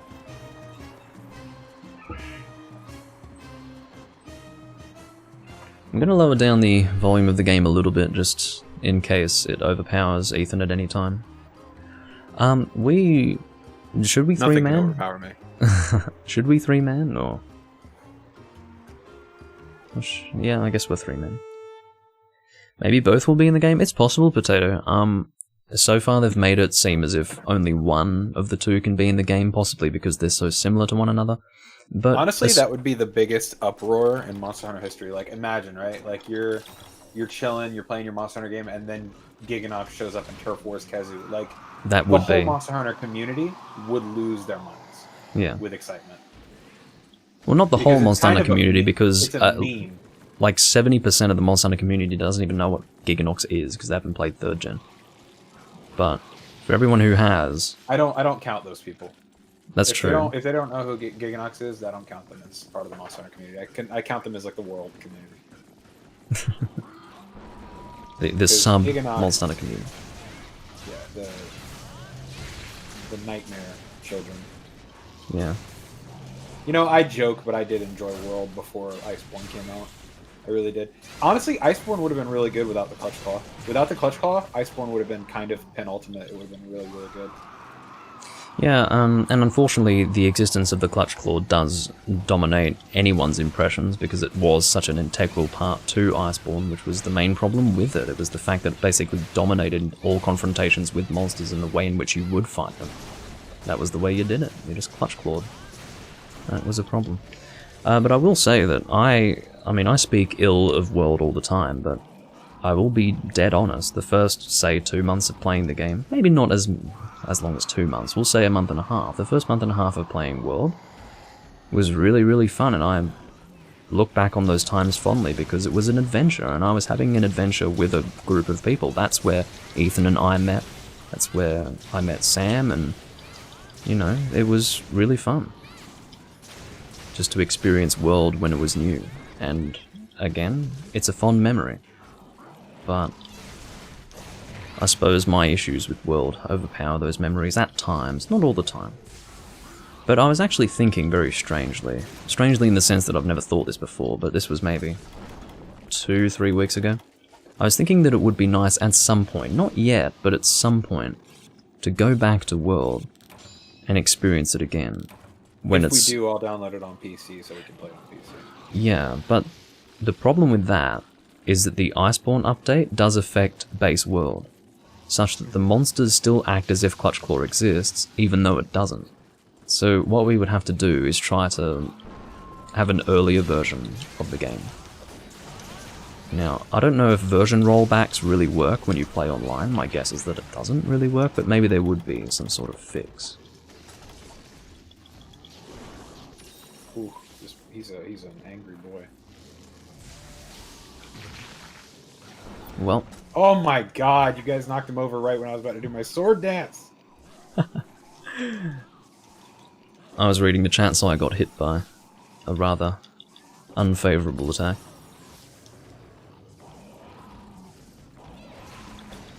My favorite thing about the new Sword and Shield... First of all, the new Sword and Shield in the latest generation of Monster Hunter, from World onward, is just the best Sword and Shield experience you can possibly have. Especially when you get Perfect Rush. Perfect Rush is what the Sword and Shield has needed for a long time.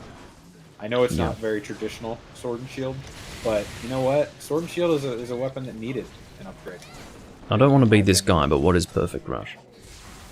Perfect Rush is an ability that you activates that is basically after one of your jump backs. And the jump back is brilliant because it gives you the ability to... I'm going to get hit by lightning. So that's what it is. The ability to dodge and increase your maneuverability and all this stuff. But Perfect Rush, if you press triangle after you have done a dodge, it enters a combo with timing on every hit. So if you've mastered the timing of the Perfect Rush, every one of those hits gets max motion value. If not, you get a lower motion value on each. And it is incredibly fun and satisfying to execute properly. And then on top of that, if you execute it properly, you're rewarded with a launch off of the monster, basically into space, where you can follow up with 3 different types of attacks. Right. And I believe it also, like, it more effectively delves out status and element and everything. Like, it's the perfect addition to the weapon.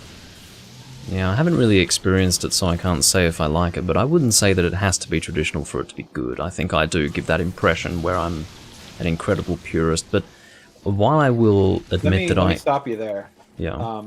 Yes, you do. Yeah. But, and I was about to say that while I do identify as a purist for the most part, there are definitely times when changes are brought about, with weapons even specifically. I think for the most part, weapon changes in World were good. I've said that time and time again, that I do concede weapon changes are fine. While I do identify as a purist, sometimes changes are good. But I think that sometimes changes are a little bit too ambitious and, you know, they end up being too much of a departure sometimes. I think at times Capcom is too willing to let go of things that were previously what you could describe as the status quo. Yeah, don't like Greatsword. I mean, my biggest issue with Greatsword, it really came about when the meta players of base World were greeting for True Charge. When I started hearing about that, that's when I started to get really pissed off. I was just like, well, that's not how Greatsword should be. It shouldn't be balanced so that you just, you know, you basically do combo Greatsword into True Charge. Like, that's stupid. That's not how Greatsword should be. And then there was also the fact that focus didn't have as much bearing on the functionality of Greatsword. I hated that sort of shit. But that's a complaint relating to skills in World, which is a bit of a rabbit hole to get down, but yeah.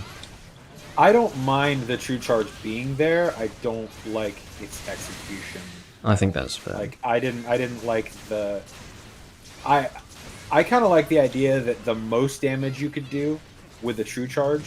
I think the way that it should have worked out is first charge does a lot of damage, like natural, so that you could play traditionally. Second charge does okay damage, and then the true charge only gets full power if you've gone with all 3 charges. Right. That's the only thing that made sense to me. That's what I would have liked to have seen. Well, that would be called good balancing, but that seems to be a bit outside of Capcom's capabilities from what we've seen. What gets me about World is that, again, we've always, for the entirety of the Monster Hunter series, we have seen Capcom struggle to balance things. Now, what is World? That is a game where Capcom can balance at will. They can just release a patch, done, they've balanced something, but they still can't get it right. How incredible is that? They have the capability to balance at their fingertips and they still can't fucking do it right. Poor bastards. The poor bastards. It's funny that you're giving them that now. Like, you're just like, normally you would be like, fucking Capcom, can't do a goddamn thing right. And then, like, today you're very much like, you poor pieces of shit. Like, yeah, it's because it doesn't. Do you have to be? Yeah, it's because I don't feel affected by it anymore. I mean, if I were actively playing World, yeah, I'd be pissed off. It's one of those things where the more you play something, the more sensitive you are to the negative aspects of it, but especially for the reason that I haven't played World in almost 2 years now. Getting on 2 years. No, it has been 2 years. I'm not affected by it. So, I can sit there and say, fucking hell, Capcom. I feel sorry for you for being so incredibly inept at balancing things. But, I can't give Capcom to... Oh, wow.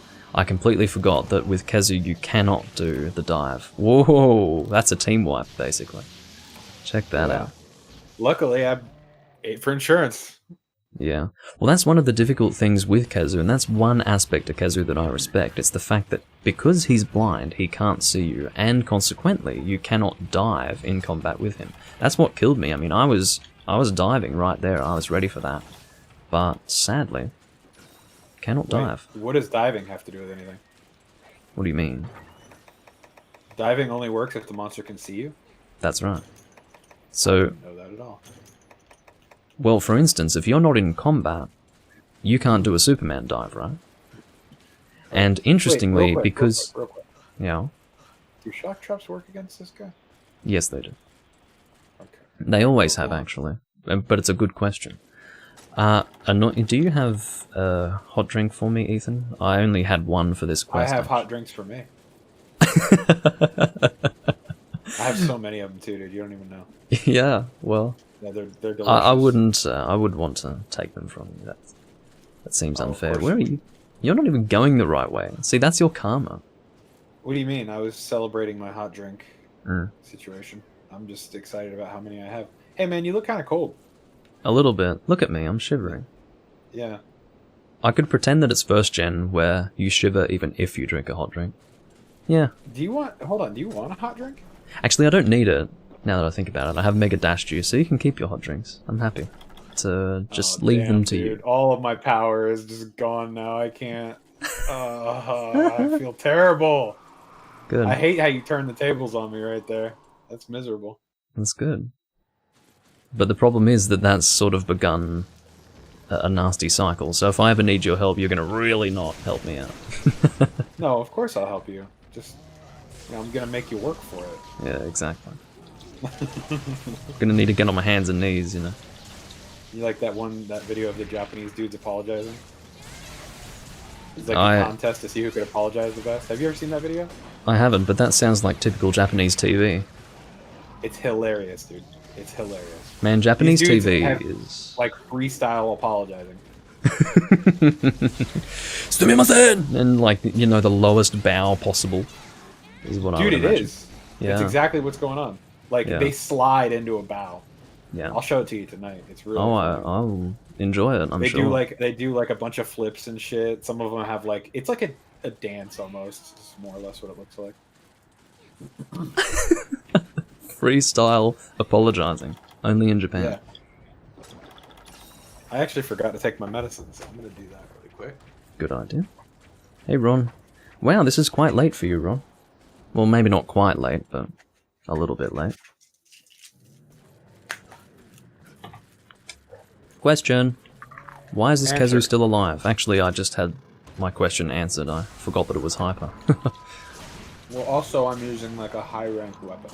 Yeah, I suppose. It's kind of like a 2.5 man at the moment. Plus, I'm not very good at this game anymore. Now, if I could fight this monster with a car... Oh. Yes, you are the Rocket League savant. I would not call me a savant. It took me 2,500 hours to become worth a shit. That's not true. You were worth a shit, like, 1,700 hours in, I'd say. Oh, that's better. Well, it is better, technically. Much better about it. Well, I don't know whether or not you were worth a shit. It's not like I was playing with you. Well, listen, if I'm not in the top 0.01%, I really don't feel that great. Okay. But I feel like every Rocket League player feels terrible if they're not, like, the best. It's interesting because while... Well, this is odd. What? We've been seen by something else. What is going on? Oh, they've changed it! You can dive with Kezu now. It just so happened that in that moment, it didn't let me dive. Okay, so what I was talking about regarding diving with Kezu does not... What's going on with you? I'm gonna die. Thank God for Garda. But yeah, what I said relating to Kezu and diving does not apply to 4th generation, it appears. I don't know if it's that way in 4 Ultimate, but it's certainly not in this game, so... Alright, we can go for capture, that's cool. That's actually a good idea. We're one death away, but in 1st and 2nd generation, Kezu, you know how usually when you engage a monster you have the monster eye next to your name to say that you're in combat? That is not present in 1st and 2nd gen. And consequently, you're technically not in combat, so you cannot Superman dive. But it seems that they changed that here because it's too difficult. I mean, the one thing that made Kezu kind of an interesting fight was basically taken away. What a joke. I hadn't even noticed that.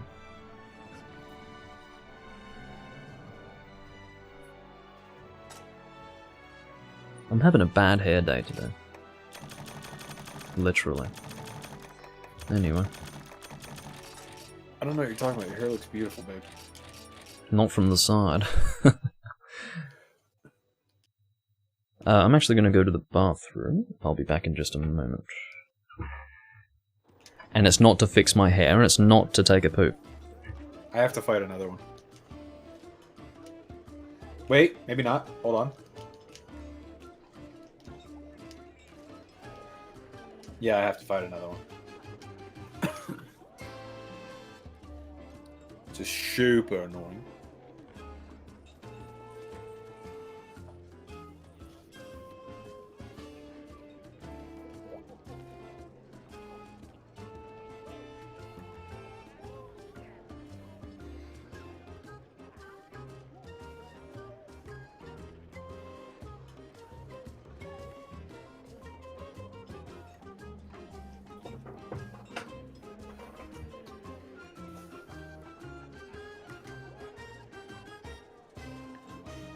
Guys, I just want it to be really clear.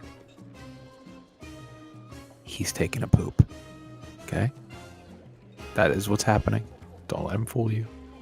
He always lies about fixing his hair. That's his go-to. He's like, I'm having a bad hair day. I need to go and fix my hair. I need to go to the little boy's room to powder my long hair. And then he goes and he takes a big, stinky, just runny dump. All right? That's what's going on. I just want that to be really clear. All right. You didn't hear that from me.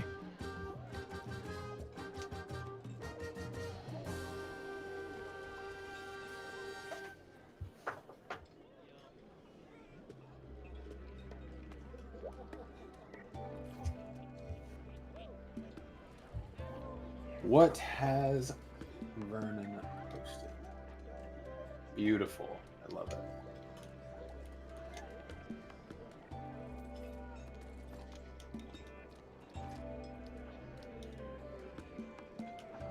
Yeah, doesn't sound like it was just him fixing his hair, does it? Hey, buddy.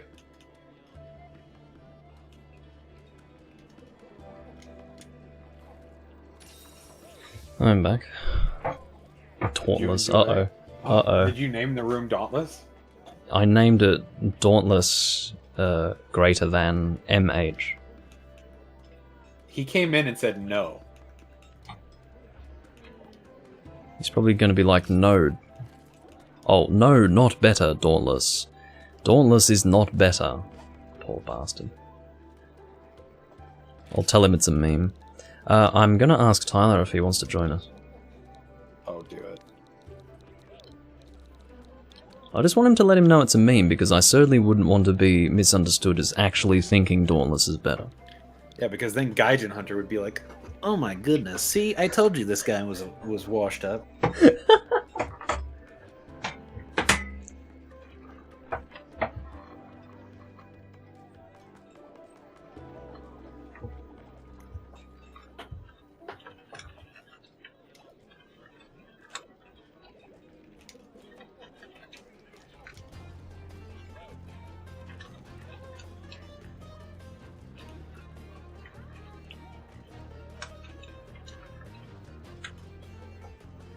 Alrighty, so what the hell are we haunting? Is it more hyper, Kezu?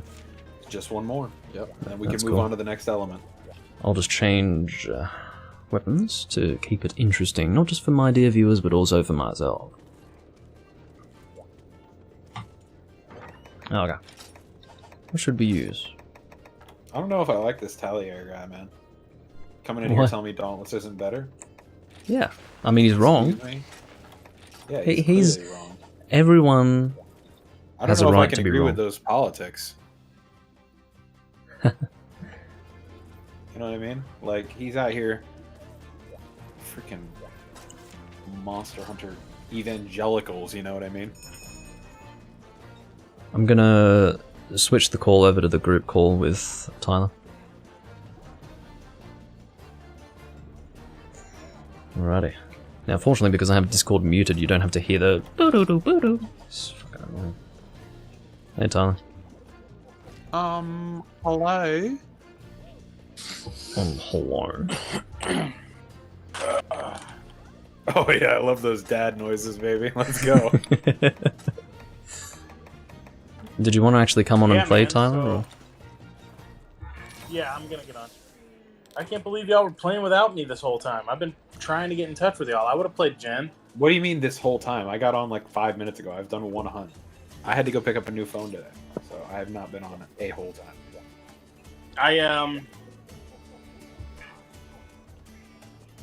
Hey, how's it going, Bubba? Oh, that's Pretty good. that's Tyler's cat that he's talking about. Oh, that's right. You're on stream. Yes. Yeah. Hey guys, how's well, Shelly hello, doing? everybody. Oh, I don't know what Shelly's doing. Good. I got checked off on last them. night. So. Yeah.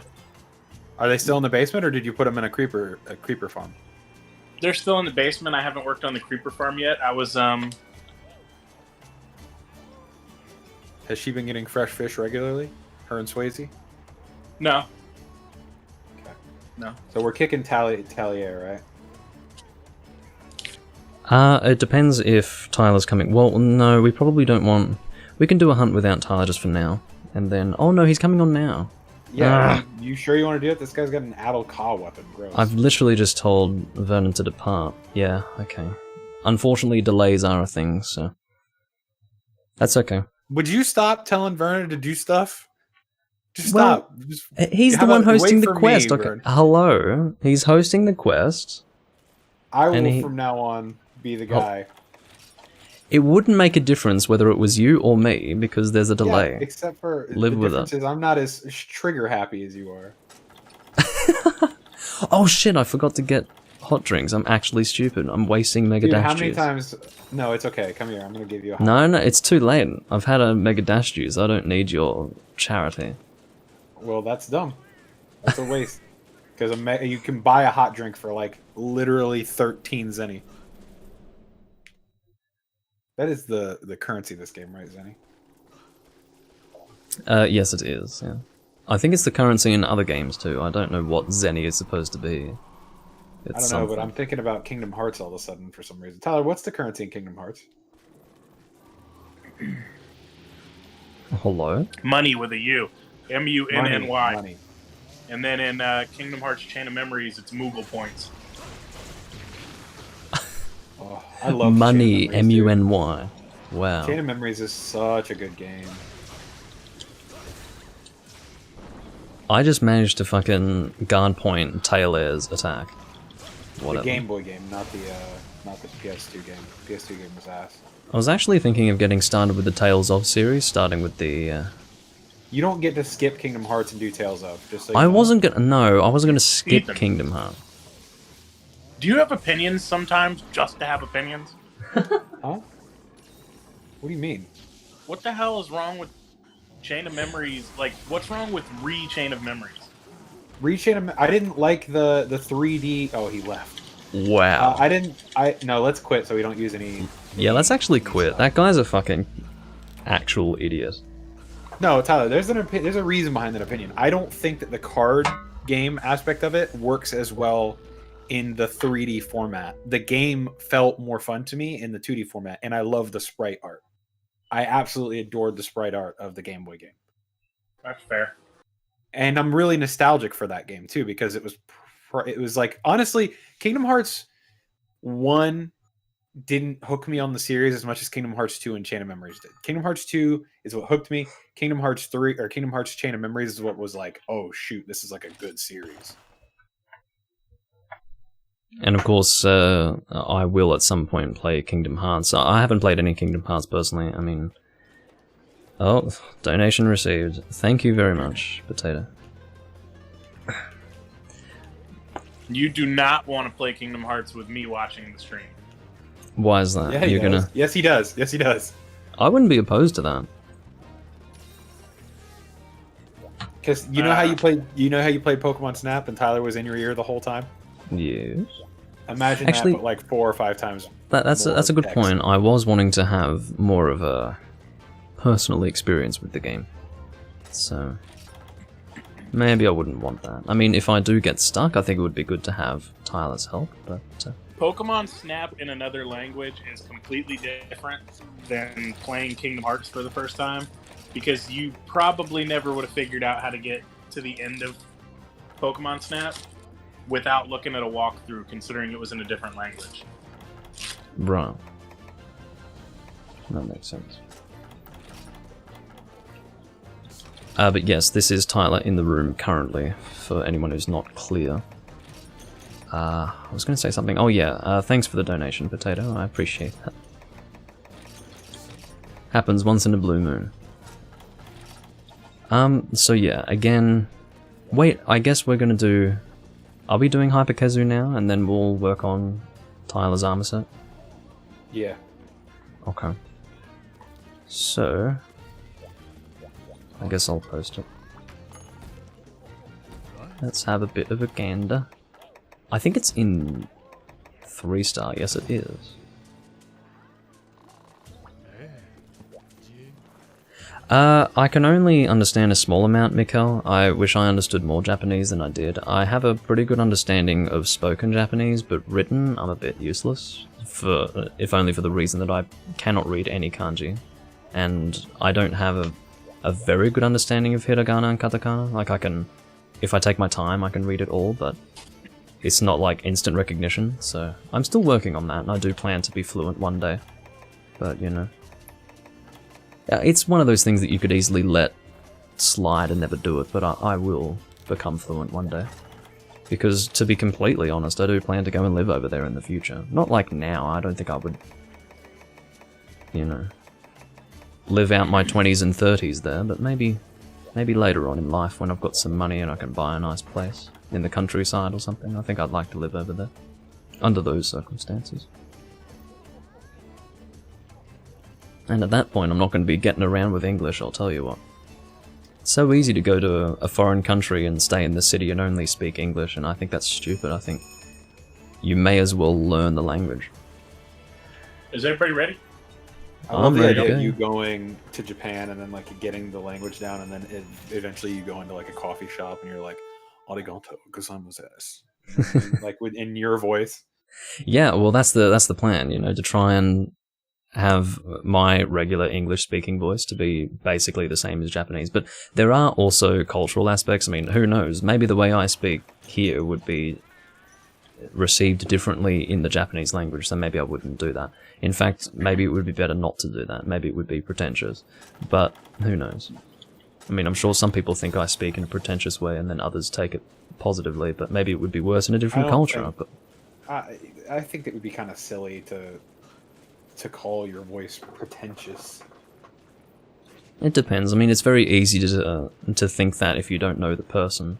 I suppose people who don't know me would probably think I'm the the epitome of pretentiousness, but it is what it is. Can you buy or trade for a well-done steak?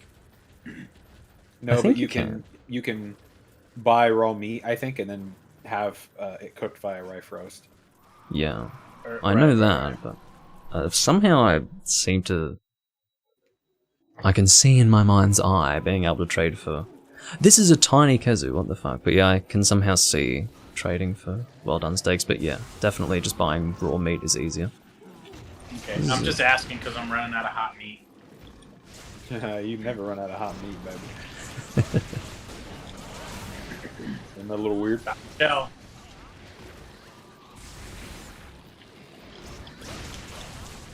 Yeah, Potato, I can identify wanting to move back to Ireland because, as you probably know, like, I've got Manx background, like, that's why I hang the Triskelion around my neck all the time. And that's, you know, same scenery as Ireland, you know, very cold, very green. Whoa, and, what the fuck? Yeah, so you're gonna have to be careful with this because this is a hyper G rank. This isn't just a regular G rank. He's gonna almost one-shot you. But yeah, I mean... I was just scrolling through my potions to pick which one I wanted to use. I'm coming, Elizabeth. Yeah, we gotta let them solo, or basically duo this, basically, because I can take a hit, I just can't deal out a lot of damage. Copy that. I did not realize. Well, particularly for you, Tyler, because this is well into G rank. This is end level G rank basically, and you've got a high rank set. So I had only begun to see the shadow of the tip of that monstrosity. well, Kazu's definitely a monstrosity. Oh yeah. Big ol' electric uncircumcised worm. He is uncircumcised, isn't he? Look at him. Well, I'm glad he is. Imagine if you got to see more of that head. I don't think I want to. Oh no, this isn't good. I can't be letting myself die. That's reserved for Ethan and Tyler. Okay, good. He jumped over. Whoa! Hey. Well, it's not. This has nothing to do with skill. This has everything to do with defense. Although your defense isn't a problem, is it, Ethan? So I guess it's just time. No, it's not. And honestly, if we're being honest, it would have more to do with skill, because I am so unpracticed in these older Monster Hunter games right now. Like, I can hold my own in Rise without having any issue, but in this game, I'm not well practiced anymore. Right. It only takes a little while to get used to it again. Should probably do an energy blade. Let me do that. Oh no, I'm gonna do a... almost out of red shield, so maybe... No, I'm gonna energy blade. I'm going to... that move, dude. Yeah. Now that is satisfying.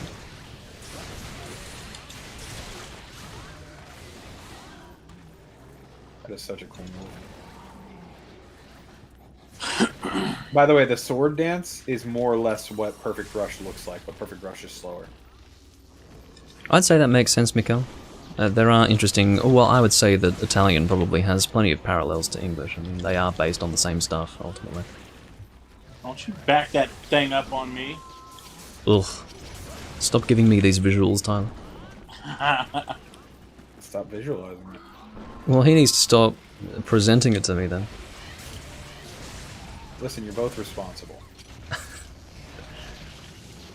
I totally whiffed that. AED, I have to say. There's that move. I gotta stop going in after that. Yeah. Yeah, I think that's a good move change. I think it's definitely... it definitely beats first gen, Kazu, I'll tell you that. Because I've been finding a lot of that lately. And I'm Let me fucking ask you sick of this, it. Does he still do the? Help. Oh. He's not even looking at you. You're fine. But does he still do the thing where he contemplates his own death? He only does it for a short moment. They elongated it in 2nd gen to make it more pronounced. In 1st generation, he does it for just a moment. He'll have a maybe about, it wouldn't even be 2 seconds, it'd be like 1 full second where he just doesn't move at all, and then he leaves the area. That's your indication that he is capturable.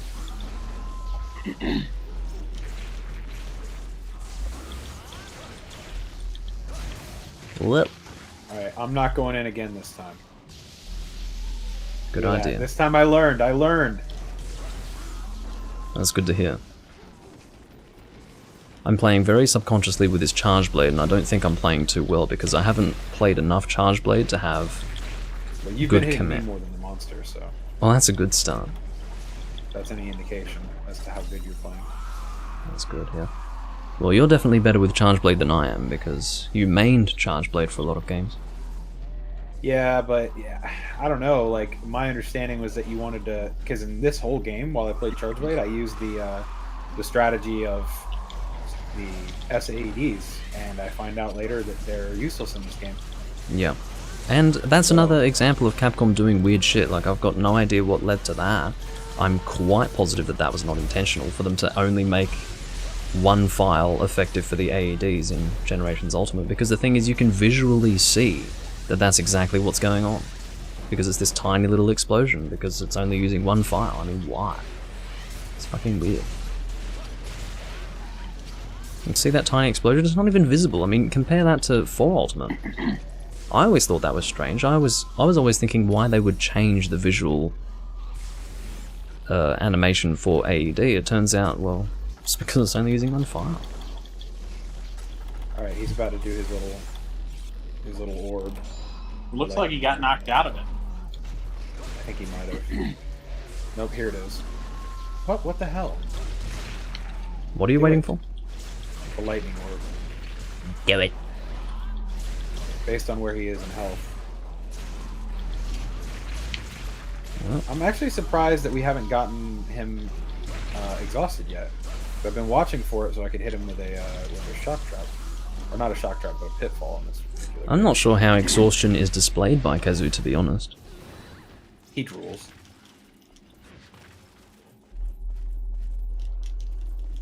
Come here, big boy! Well, it is true, Mikhail. I mean, you have to study a lot. If you're going to learn a new language, it has to be something that you really work at. Yeah, every day. Because the thing is, when you speak a language, if for instance, the reason why a person speaks their first language so well is because, oh shit, Ow. I literally just entered the area and got hit by that. That's fucking ridiculous. The reason why a person speaks their first language so well is because not only did they grow up in it, using it every day, but because they most likely lived in that country surrounded by the language, they speak it every day. They think in the language even, so of course you'd be very comfortable This with it. fucking airborne cunt. What do you mean language? I'm kidding. Look at us, dude. Look at me and Vernon. What? Excuse me. Don't act like we haven't contributed. We've been busting our asses. For I think I've you been two have beating done the well. fuck out of this guy. Yeah, Tyler has been fighting it regardless of the fact that his entire health goes away every time it nips him. Yeah, he has So how done about well. you give credit where credit's due. You Okay, I'm sorry. You're I rat. won't make.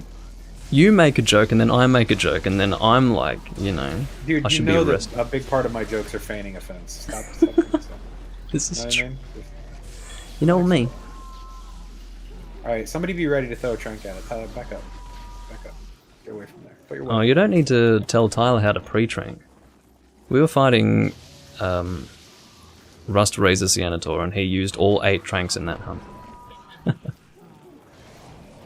He's the king of pre-trank. Alright, that He's the should be king good. of it, huh? Yeah? That's cool. Fucking hell, Kazu.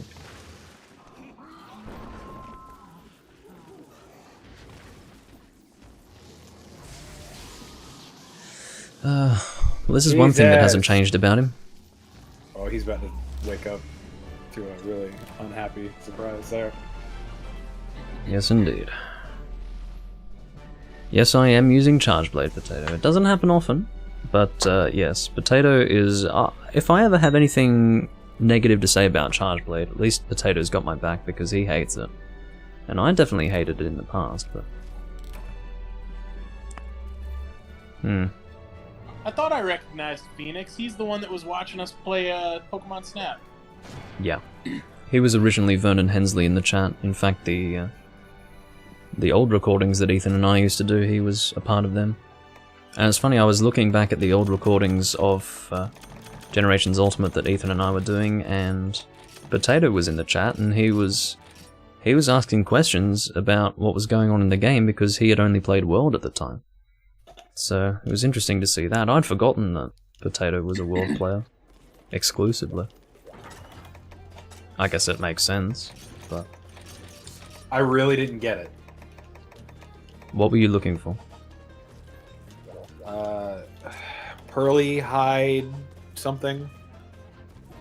Let me look through my Kezu materials. You were looking for Pearl Gloss Hide. Pearl gloss hide, that's what I needed. That I'm gonna go sounds check about and see if I got it and just didn't see it. That's possible. You might have carved it and you didn't notice it. How could you have carved it? Just, yeah. Yeah, On rarity previous H. hunts? It should just be a regular I Kazoo did get drop. it. I did get it. Awesome. Pardon me. And even if you hadn't, we could have just fought regular Kazoo and gotten it instead. Well, had I known that. Alright, so All I I have need my to fight- lightning sword and shield. All I need to fight for my armor set is Shogun Sianatar. Well, let's go do it. What is he weak against? Thunder. What a coincidence! What a coincidence, This right? fucking gun lance. He's not No, that he's weak. actually not. Yeah. My name is Jeff. Alrighty, what should I use? Something fun. Something that's not Charge Blade, ideally, at this point. I guess Insect Glaive, I don't often do that.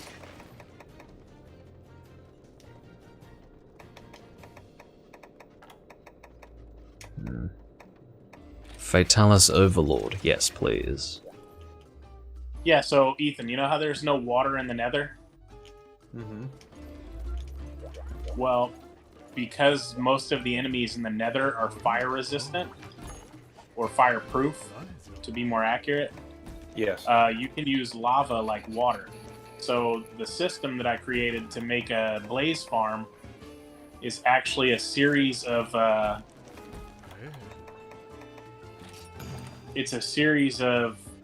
distributors which you put lava into and you work it with redstone and a button, and it actually will shoot lava out and create a lava funnel to push the blazes down into a concentrated point, and you just beat the crap out of them with your sword. I love that. I love that you did that. I think that if you could manage that there, then we can manage it. It's just going to be really difficult. We're probably going to have to, and I'm not even sure if this will work, but we might have to completely encase. I've already surrounded it with cobblestone. The spawner, I've completely surrounded it with cobblestone, but we might need to make an extra layer over it. Of course, this is Minecraft talk. Ethan, Tyler and I do have a Minecraft server. I didn't play Minecraft since it basically came out, and then I played it again randomly. It was very odd because I think Ethan was just talking about Minecraft randomly, and I was like, oh shit, I haven't played that in a very long time. And then we just randomly got invested, and then Tyler got on board, and we've just been working on a server recently. I'd never put that stuff on my channel. I don't think I'd ever want to do that, but yeah, it's just something that we do from day to day. It's just a nice thing to work on. If anybody was interested and you were interested in taking requests from people, maybe we could fulfill some people's requests if there was anything they wanted to see. I would do it on a separate channel anyway, but no, I think it's not something that would be related to my video content anyway. It's more like a personal gaming experience for me. The reason why we're doing regular Seanator here is because I didn't want to do Hyper. I don't think you need Hyper stuff for the Rust Razor.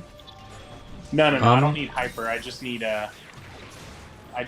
G rank Seanator.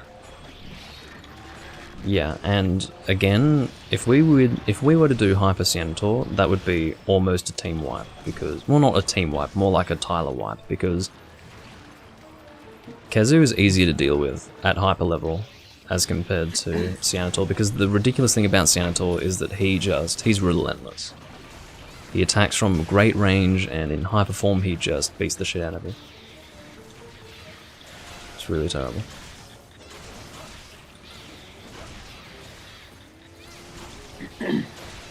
Yeah, see you soon. Working on it, Shell. Oh, I'm sure you will be, Potato.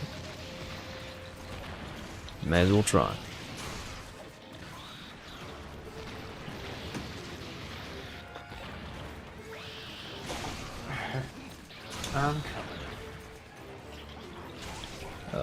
I really need... What am I missing? I'm missing red. Where is red? Oh, red is on the claws. Silly me. So I think we've got the shell, the legs, and the claws. They seem to be different colours for Insect Glaive. I might as well go for a mount. Oh, that's a good paralysis. Well, looks like Vernon and I are both going for mounts. Can you believe that Vernon and I have gotten many mounting attacks off and we still haven't mounted? We've only just now mounted, I think. Well, perhaps not. Wow. Maybe Seanator is specifically resistant to mounts, I don't know.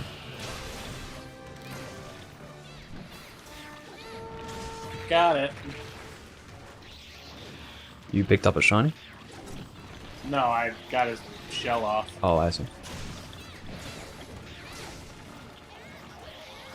I'm taking forever to get you guys, I'm sorry.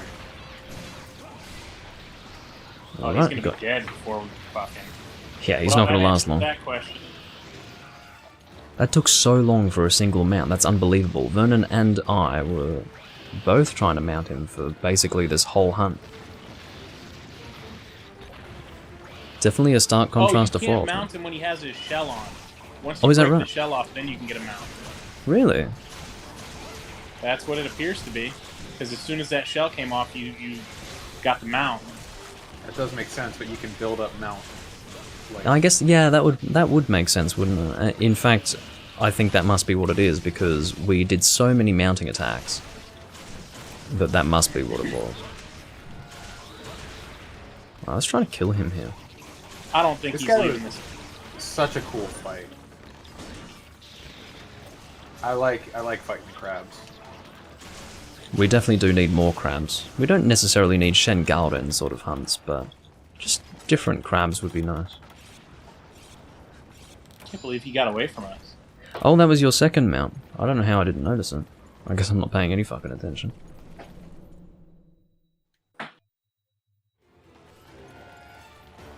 Must have been so focused on my colours.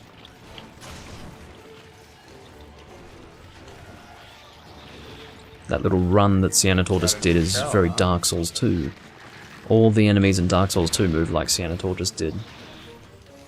Just little insect crawls. I did not enjoy playing Dark Souls 2 at all. That was very funny.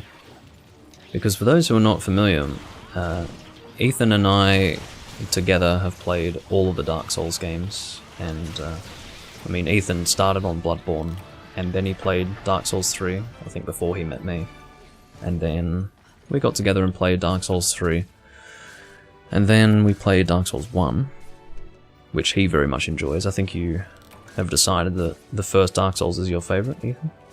Yeah, by far. Yeah, and then we tried Dark Souls 2 and he wasn't feeling it and we just stopped. Which was funny, because I was basically warning him that it was going to be a very different experience and he was not feeling it at all. It's really funny. Count yourself lucky, Seanator, because I was definitely about to wyvern fire the shit out of you. I'd say that would even be pretty decent damage at high rank level. Because Seanator's sort of, I would say, hold on, health let me make wise. something really clear really quick. Just Yeah. I'm coming back on something. Mm. I personally think that Dark Souls 1 is the best Dark Souls game. Mm-hmm. You feel what I'm saying there? That makes sense, yeah. So that's not necessarily the game that you enjoy the most, but you think as far as expressing Dark Souls as a formula, that is the... No, it's my favorite Dark Souls game. Oh, is it?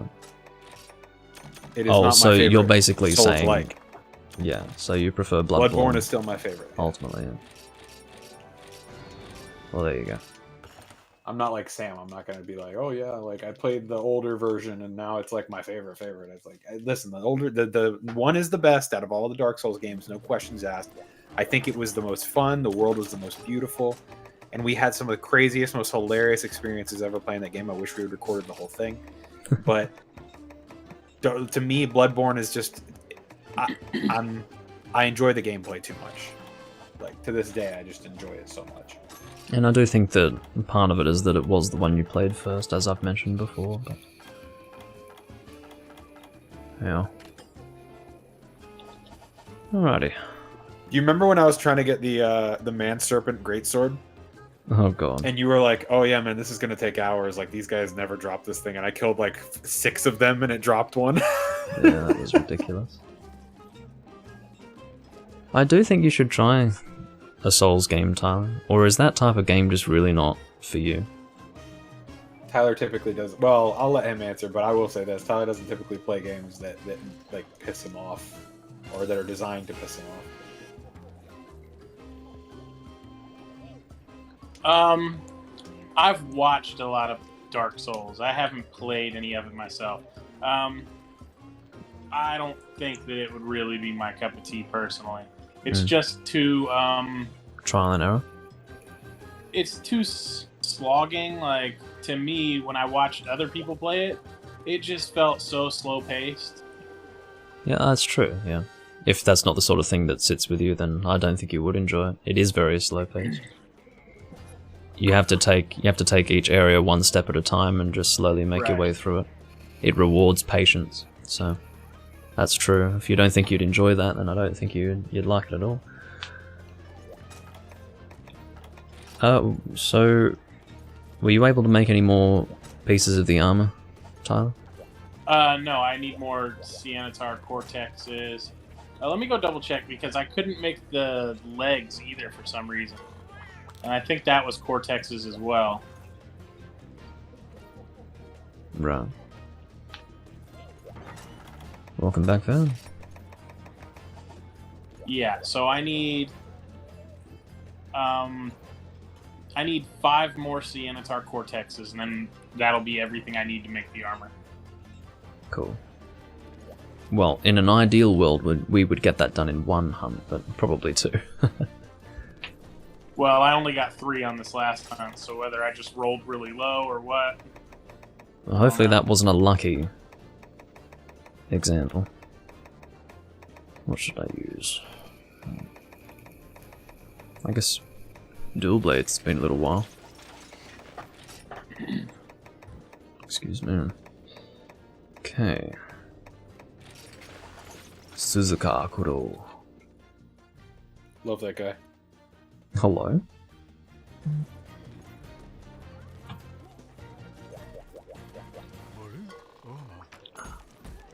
Where can I buy hot pepper? I don't think you can buy it. I think you can multiply it. You can have a little bit of hot pepper in it. Does this game have a farm? No, so it's all based on trading. So story-wise, you have a cat that you talk to, and he trades items with farmers in other lands, for example. So, and it effectively multiplies whatever you give him. So it's a little bit different to the Wycoon. The Wycoon was strictly multiplying stuff, whereas in this game, while it will effectively multiply, story-wise, he's just trading for it, I guess. Okay. If you can find a quest, if you can find a mission where we kill 2 Cyanatars, that'd probably do it. That would be good. Don't know if there is such a... Well, I could check the events. Maybe there's an event with a double one. Not looking hopeful. No. That's fucking stupid. I mean, that's one example of why a game like this isn't great, because there are so many different monsters in this game that generally you don't have much selection for one specific monster. So in the older games, you'd easily be able to get a double quest for pretty much every monster that you'd fight, whereas in this game, no, not really. Oh well. We'll just have to fight the single.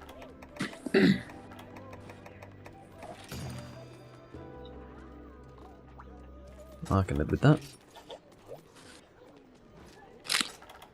That is actually so good that we just happened to find a monster that was weak to the weapon that you just made, Ethan. I know, right? Isn't that nice?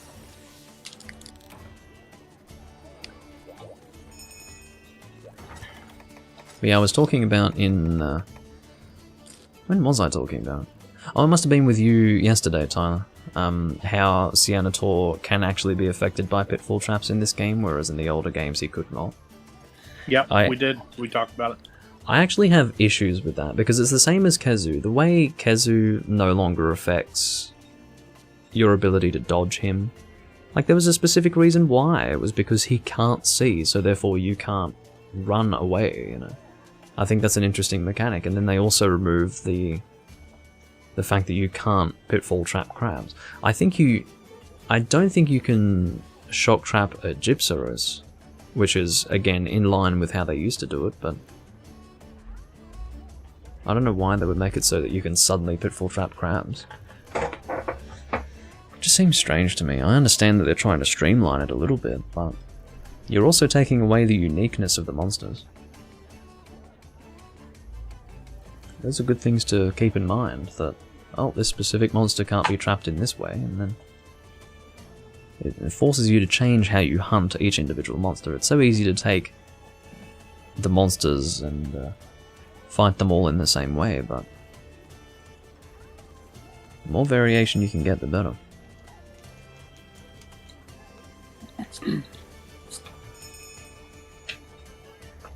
You still can't catch flying monsters in a pitfall trap, right? Yeah, you can. Yeah, you can. And I think you were still able to in the past, like in the older games. There were some monsters in the past that if they were flying monsters, you couldn't pitfall them. It's possible, yeah. I guess I haven't tried to... They would fly out of the pitfall. Well, that must be first gen. I don't think that was definitely not the case in second. At least I don't think so. I don't know. I mean, they would fall in the trap, but they would immediately fly out of it. Right. Oh god, I'm poisoned. By Why what? me? I got attacked by right away.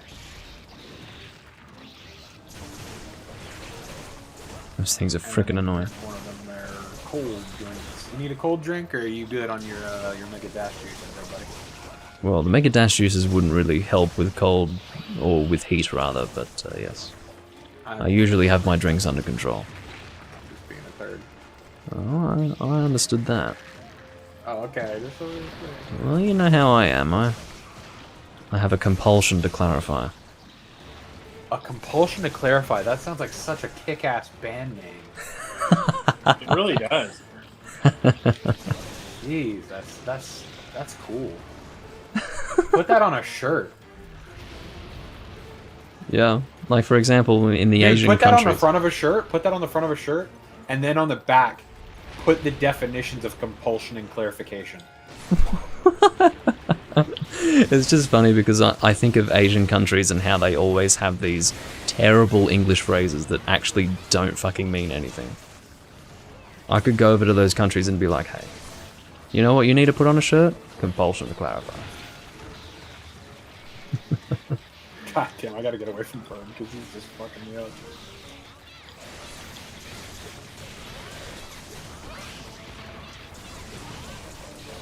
I will try to go for those claws because it's just good to have them.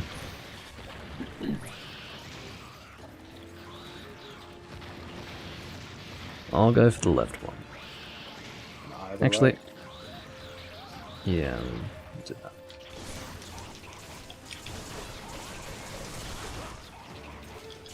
Right one's broken. And left one's broken. One thing that I do take issue with this weapon is that it really does drop sharpness quickly. It does technically have purple, but... Yeah, that's true. I keep trying to jump with the hop back, like do a jump off of the monster, and it's not letting me. I don't know why. There goes the shell. And I guess we have proven that actually you can mount a shelled Senator. It was just we had all not realised that he was mounted previously, somehow.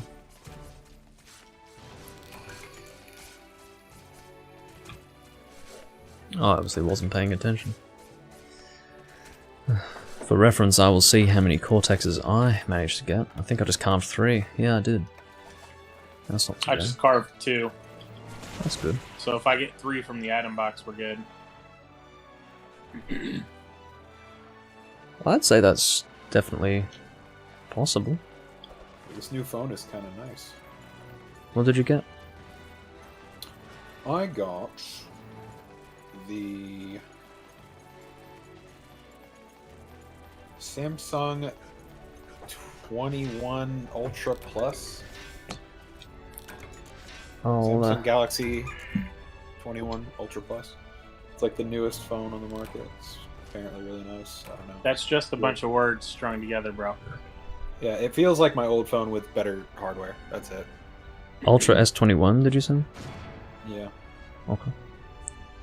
Just gonna Ultra type in... S21 Plus. Oh, plus. Oh, Yeah, which means it's plus, so, you know, don't disrespect. That means I it's need better. 2 more cortexes. Oh, that's annoying. Well, that's maybe not, because I haven't done... There's 2. Wow, that camera bump is colossal. Nope, that's a leg. That's a leg. Yep, I need 2 more. Okay. Yeah, you like that God. camera, huh?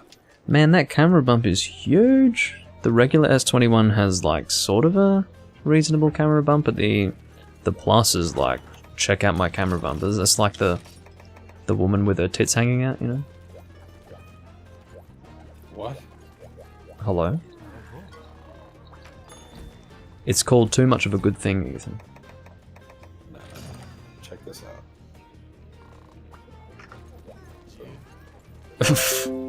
Look at that. Look at that glorious picture.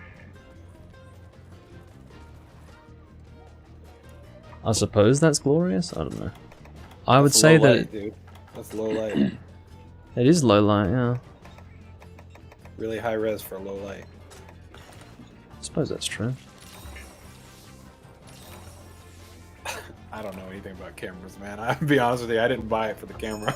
Bought it because my other phone's screen was cracked. Yeah. No, I mean, having a good camera is definitely useful, and low light is always challenging. For most cameras, really.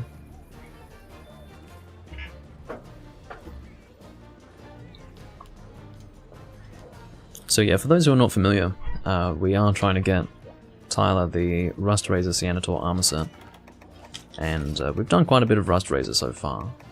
Are you done with all your Rust Razor stuff just to make the pieces to start out with, Tyler? I've made 3 of the pieces. I just need these cortexes to make the last 2. Cool. Hopefully it reconnects. What are you talking about? Reconnections. You're live. Well, not right now. You'll see a big spike. Alright, so we're live again. I don't know what happened. OBS just disconnected. Which is fucking annoying. Thanks, OBS. There's no break in the stream, though. There will Unless the delay is like a whole minute. There will be a... Well, I remember last time you said that, Ethan. Like, remember when I had that full stream of Castlevania? Where I was on the VPN? You said there was no break. I watched it back and there were, like, major skips in that recording, so... There will be a break. Well, there weren't any while it was recording, I'll tell you that. Well... Hey, buddy. Hi. Hey, so we're going this way. I was about to say, where the fuck are you going? Don't talk about me. Worry about you.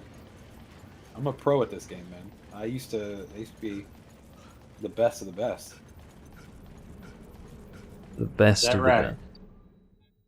Not really. I've never really been that great at Monster Hunter. I think I've gotten like couch good at Monster Hunter. You know, we're at that peak level for someone who's not a sweaty tryhard like Sam. I wouldn't say Sam's even a sweaty tryhard. I'd say He's literally the fastest person in the world at Monster Hunter and certain monsters. No, he's not. He is for World. I mean, World's not even Monster Hunter, so... Yeah, I guess. But,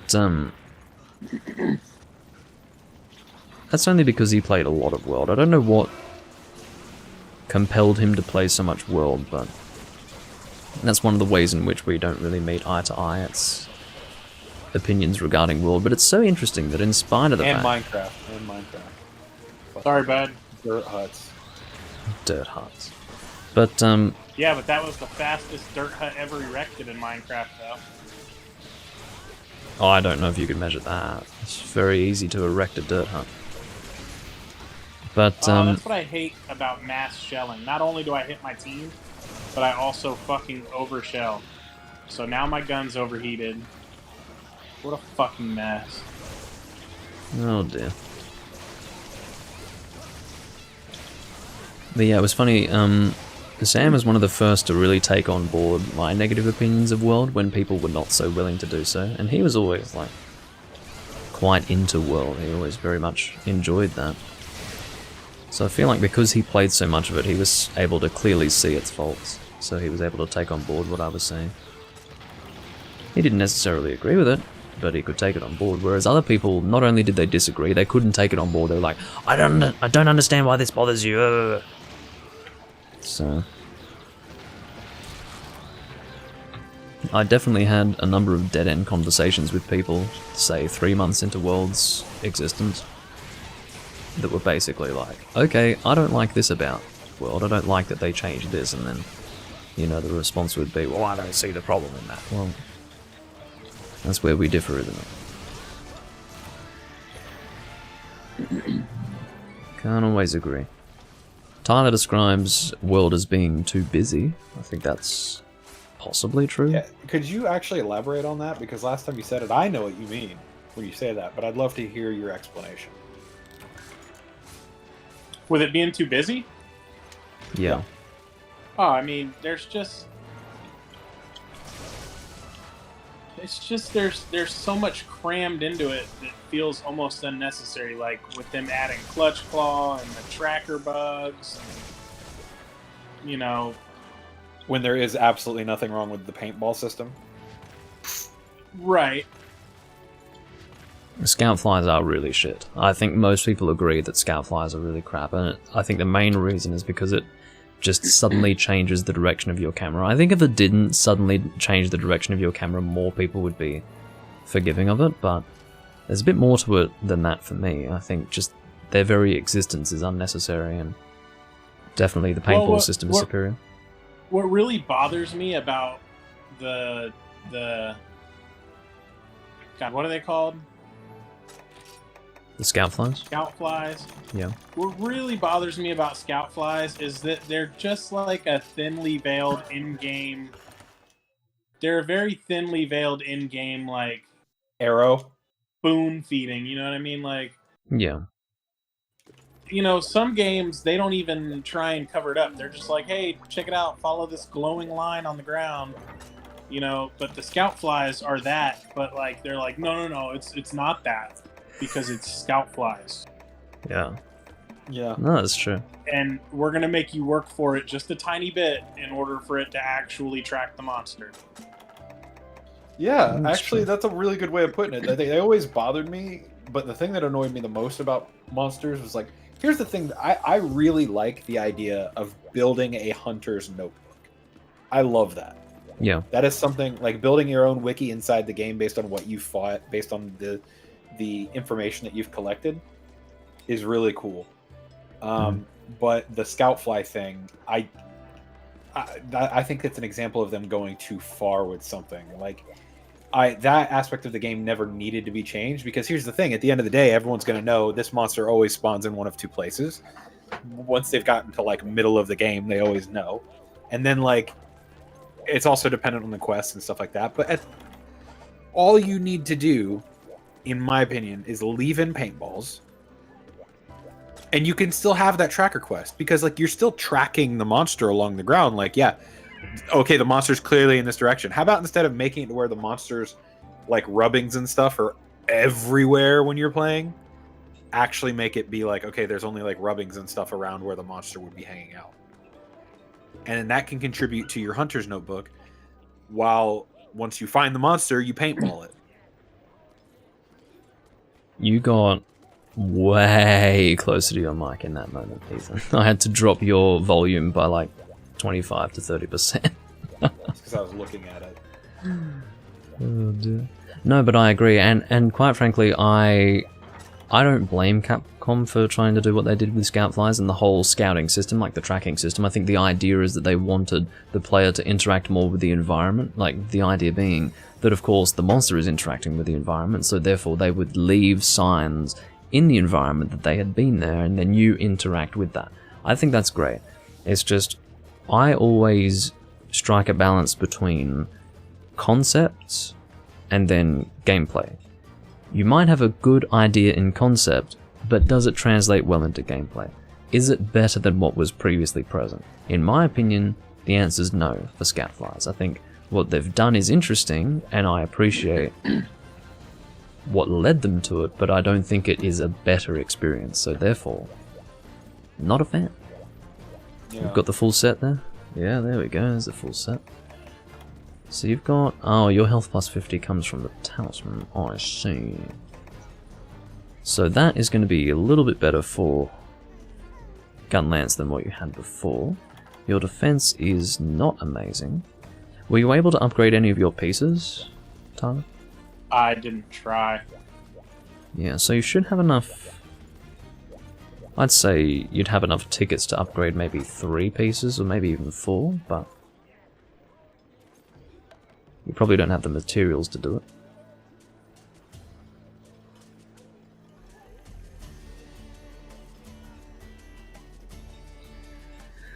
Oh dear.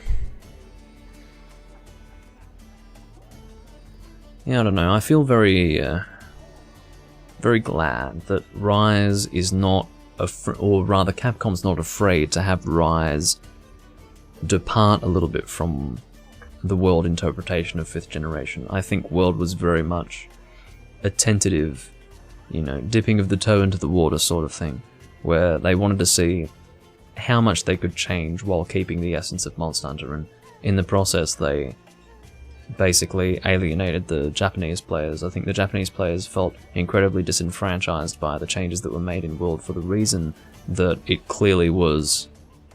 it definitely detracted from what made Monster Hunter special before. You have to be very careful whenever you do that, because if you've got something very unique about a series, and then you change what makes it unique, if you change those unique aspects, the people who appreciated that are suddenly left with, well, am I happy with this change? And even if I'm not happy, what am I going to be able to do to change that? Almost nothing, because they've gone in this different direction. But I think they've made at least some effort to do something different with Rise, and to sort of bring older Monster Hunter into the fold again, which is good. Yeah, Rise, in my opinion, is looking real good. It's looking real good. The gameplay felt really good. I think that they'll probably add a little more hit stun once the actual game comes out. The only thing that really worries me now, because the bug doesn't bother me at all anymore. Now that I realize that it's mostly just hunter arts that are mixed in with now you can navigate the environment a little bit easier. Which now they were going to do that anyway. Like, they're not going to add some element to the game for navigation that they don't add to combat, at least to some extent. And a lot of people liked Hunter Arts. And Hunter Arts without styles? Oh my god, I'm down. I'm there. Yeah. So I'm sorry for yelling. I'm That's looking fine. at the mic again. But the idea of the game, like the idea of all of the dogs being on screen is really the only thing that worries me now. Yeah, that's a major issue, and that was honestly very early on clearly a problem. But I would have to guess that has been... I have not kept my finger to the pulse in terms of community reaction to Rise, but I would have to guess that everyone who at least has a functioning brain has been concerned by that, has been concerned that you've got a dog for every hunter. So not only do you have everything each individual hunter is doing to the monster, you have attacks from these palamutes as well. Everyone should be expressing concerns for that. So therefore, I hope that between now and the release of the full game, Capcom does something to address that. I've got no idea what they could possibly do. I feel like they've basically put the nail in the coffin on that one. Yeah. I mean, what would the alternative be? Only one person on the team can have a palamute? It should just be like previous games where if you have 4 players, you get no palamutes, or if you have 4 players, the palamutes are only for riding and not for attacking. That would make sense, yeah. But I think sorry, they've... I didn't know y'all were waiting on me. I was listening. That's cool. Yeah, I'm worried that Capcom will be tempted to just throw such an idea out because they've probably got their heart set on having the palamutes be part of the combat, but I think that really is the solution. I think the solution is if you've got more than 2 players, then the palamutes have to sit out. They can't be part of the hunt because it's just too busy. It's too... There's visual pollution. I'm a spoiled boy, and I want to ride my dog. I think it's great to use the palamutes to get around. Dog, but he can't engage in combat if you have 4 players on the map. And they do have a summoning function, so you could just hold A, your dog will pop up out of the ground like he does, like the cats do. You ride it, and then you leave. Yes. I think they should keep that. When you get off, he goes back on the ground. I could get down with that. Yeah. But I'm with I think that would be good. I think that the dogs being there just adds just too much visual pollution, really. To be honest, I'm surprised that they decided to do it that way, and I'm surprised I hadn't taken note of the fact that it's not like in these games you get palicos to hunt with you when you've got 4 players. The question really is quite natural that, or rather it would be natural to question why we need to have the dogs there as well as 4 players, because the reason why we say that is because they've shown that in trailers of the game, like demos of the game. So I will say that I love riding dogs, and I love that they exist. I also love that, now this isn't confirmed, but it has been leaked, based on code that they found by data mining, that Rise will come to PC. And if that happens, dude, I am making a hard flip to PC. Yeah. And if you tell me that I can sync my accounts, I would lose my absolute mind. I don't think Capcom will go that far. They've generally not been that accommodating, but it would be great, and imagine if they had account sync. Now that would be incredible. That would be so good. Wow. But yeah, I'm definitely not holding my breath on that one from Capcom. It's just becoming more of a standard these days because people do play things on multiple accounts. Well, you know how the Japanese are, they've got no interest in standards. They do their own fucking thing. I would love that. I would love that if they gave me account sync and then I could play on my Switch when I'm on the go and contribute to my PC account. But if it's coming out on PC, I'm probably not going to play it super hard on the Switch, you know what I mean? Well, neither am I, yeah. I'm going to have Switch be my first experience with it. I'll certainly have the PC version be my definitive version. I did the same thing with World, but yeah, Switch will definitely have its place, and it will definitely be easier for me to record on the Switch as well. That's one concern of mine. I almost need a separate streaming PC to stream modern games these days. My PC is top of the line for 2017. Which unfortunately is getting to be a bit old now. It's crazy how time passes, but yeah, it just basically means that streaming plus playing them is not really... doesn't really work, so... I have a question. When he changes shells, when he goes underground, does it reset the shell's health? I guess it would, yeah. I think that would stand to reason. Well, there we go. Easy, easy. Easy. Pick up your shinies. I want to carve this one. Yeah, go for it. I'm gonna grab a shiny there. Actually, that shiny is too far. Fuck that. Tyler, your armor looks good on you, buddy. That's a really nice looking armor. Is this a all 3 of month shiny, behind? All of these shinies are rations and Oh, they're from the Menlings. Dash. Yeah. Is this a Right. 3 or 2? This is 2. Dude, Phoenix is so fucking great. This guy is definitely Yeah, he's got a very good set. It's paralysis, sword, and shield. So basically, he's doing mounts and paralysis as well.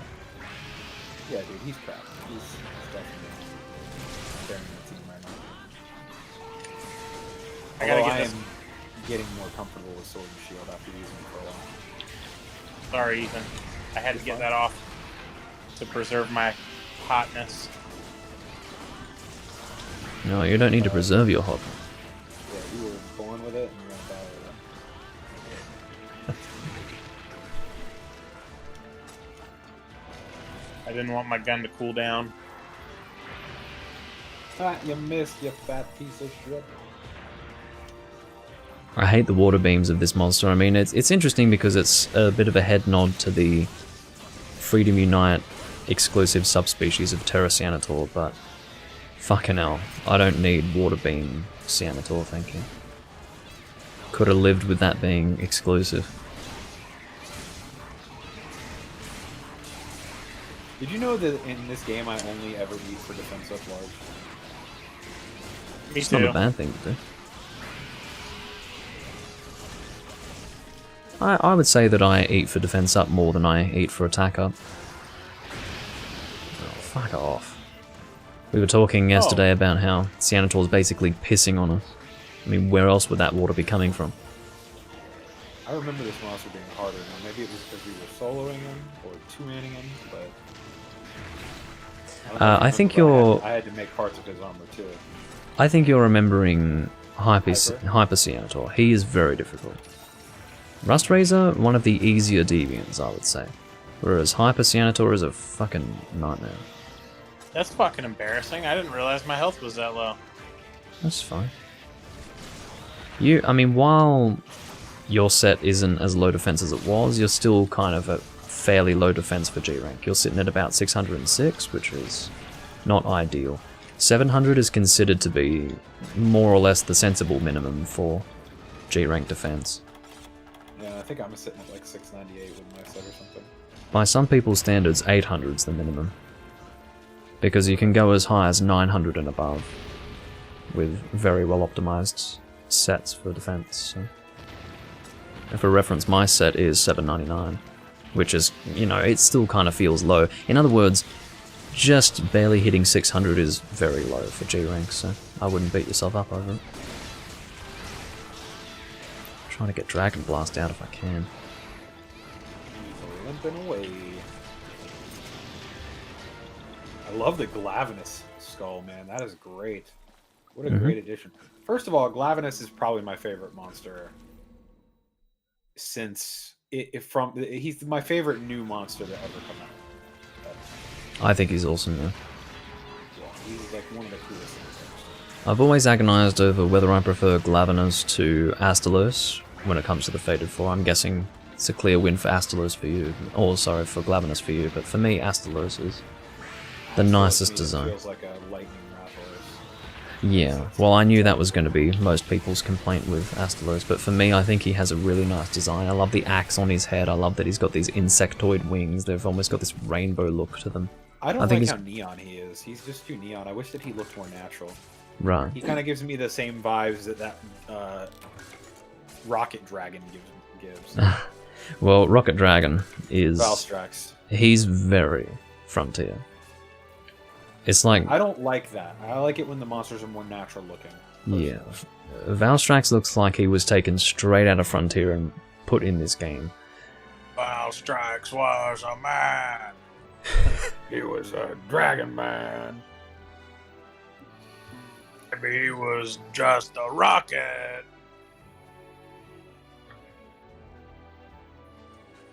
Well, I definitely prefer his Japanese name, which was Valfalk. We were all joking about how Valstrax sounded like a Marvel villain back when we first found out what he was called. I don't know if you recall, but when they announced that the game was going to be called Generations Ultimate, I mean, I was personally just...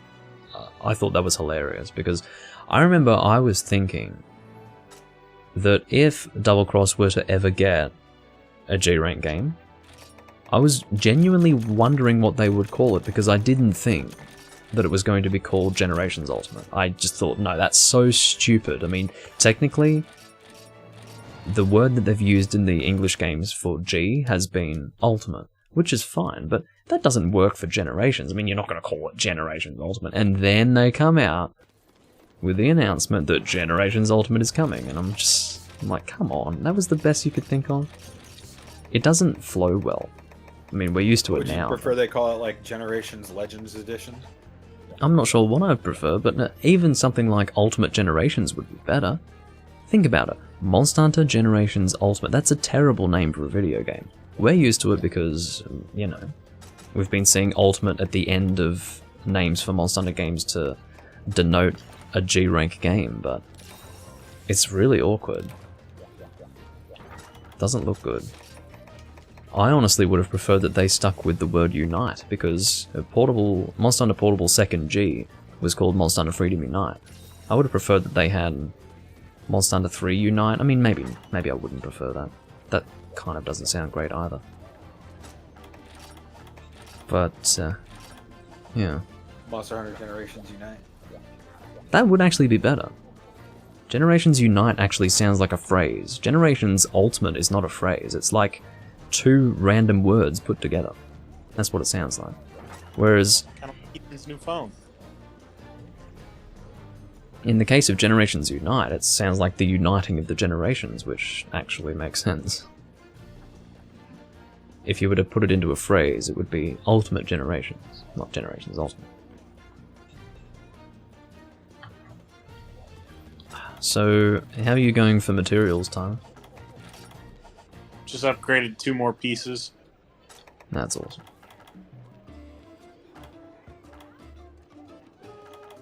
Need more Cortexes. We'll probably get all your armor lots of pieces to maybe level 3, and then we can work on a weapon. Yeah, Whoa, whoa, 626. whoa. What? Changing my armor I can live with, but changing my powder keg brewer? I don't know about that. We could upgrade that by fighting, whatever his name is, Hellblade Glavenus. Fun fight. I'm pretty sure it's maxed out already. Well, we've talked about this before, but Generations would have the armor and weapon maxed out for the reason that it was a high rank game only.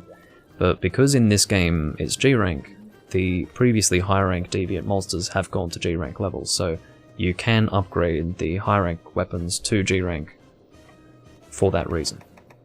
So your weapon. I can fight G rank Hellblade Glavenus? Yep, and you can upgrade your weapon into G rank now, because this is Generations Ultimate. Let's do it. After I'm done with my armor, then. Yeah.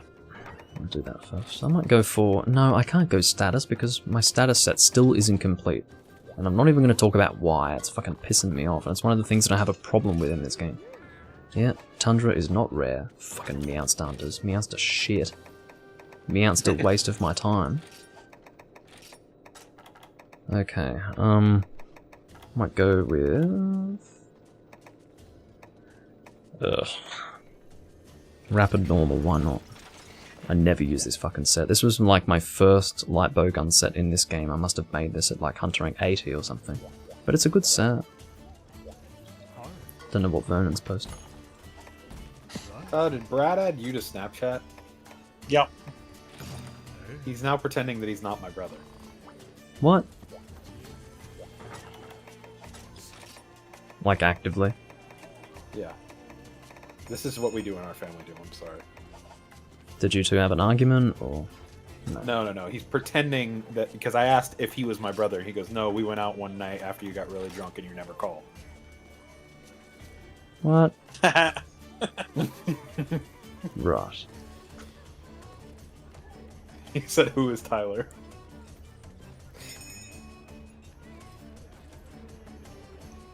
Well, it seems Vernon needs Hellblade, so that works out well. Yeah, I'm actually quite happy with this set, but I don't like Rapid Normal, because Normal is such a... It's a shot type that you need to be accurate with, and it's very hard to be accurate with a rapid fire shot, because you need all 3 shots to hit in the exact same place, and generally the weak point of a monster is something small. So rapid is very difficult to get on target with 3 shots with, so yeah. Generally not functionally great. I mean, if I were to make this... wait, what are we fighting? Another Ceanataur? Yeah, Rust Razor. Okay. It's the double quest. But yeah, I'm gonna do it anyway. Just because I thought this might be a little tip. Oh shit, I didn't bring my normal shots. I think I'm stupid. I think I'm actually an idiot. Yeah. I'm stupid. Okay, let's see what I happen to have in my inventory. I happen to have 86 normal level 2 in my inventory. That's not too bad. It's not really going to be enough, but... oh well. Sam's playing Generations Ultimate. Wonder if he's gonna slide in your DMs. Oh, the chances... I mean, there'd be a higher chance of the moon falling on the Earth right now. But I will check to see. He's probably streaming to his... 3 days remaining? 3 days remaining? I'm going to check his Discord. He's probably streaming it. Oh, he's not even streaming it. He's just playing it. Ew. Okay. Playing video games for no content? Like, what's the point? Well, actually, he doesn't really stream on Twitch. He streams to his Discord friends, like on his server. I know, I'm only kidding, man. But I wonder if he's gonna... I've popped onto his live stream on Twitch a couple times, and he's not bad. His quality isn't great because he doesn't have favorite Yeah, he's entertaining enough. I think he's a bit chat reliant though, like most streamers are. I'm only not for the reason that I'm more of a let's player than a streamer, but... Oh man, I was watching some guy play Among Us the other day, live streaming himself playing Among Us. Oh, and it was making me so mad because he kept looking away from Among Us while he was like, it wasn't even like a break in the action. He would just stop right in the middle of the map, and he would just be like, "Thanks for the follow, like 5 times in a row. And I was like, how are you playing the game? Well, it's stupid, yeah. It's not my kind of thing. But I don't like streaming. I don't think the streaming formula is good. When I go live, it's in more of a live Let's Play format. That's the way I've always done it. In other words, it's more focused on like commentary, as opposed to me just sitting there and waiting for something to talk about through what someone's commented, you know. I think it's extremely reliant on the audience, and I think it's great to have a good audience that you can rely on, but you don't want that to be all of your content.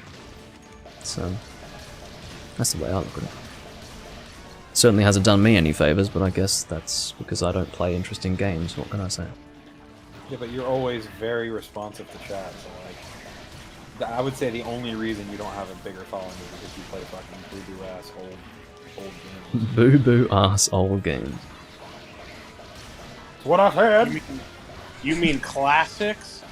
No, he doesn't always play classics. Sometimes he plays boo-boo ass old games. That's not true. I mean, I'd say I play more classics than anything. I mean, while I am technically... Castlevania Legacy of Darkness. I would argue that... Spyro.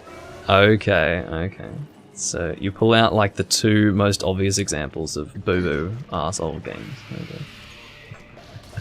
Well, I don't even think Spyro Dawn of the Dragon... Oh, then again, it is technically PS2, isn't it? I guess it's kind of old. No, well. If you're gonna play a PS2 game, play something good like Sly Cooper or fucking Jack and Daxter. These are classics. Yeah. No, I'm not out to play classics. I'm out to play what I want to play, you know. Oh, just so you know, Tyler, you interrupted Vernon's mount by blowing him away. So, mount failed. Oh, I'm really sorry, bro. He's not sorry. I want you He's to know sorry. I never mean to do that. Yeah, it's the problem with Gunlance. It just happens to, by design, mess with teammates. It's kind of unfortunate. Hurry, fuck up Vernon. Hammer's a little bit different because Hammer is very head focused unless the Hammer user is an actual cockhead. But yeah, the way you deal with a Hammer user on the team is Vacate the head. Well, it really doesn't help that I'm like not very good at targeting specific areas of the monster. Yeah, you just have to be extra careful, I suppose. It's always easy to just, you know, shoot, but... I've been trying to focus most of my effort on shelling his shell.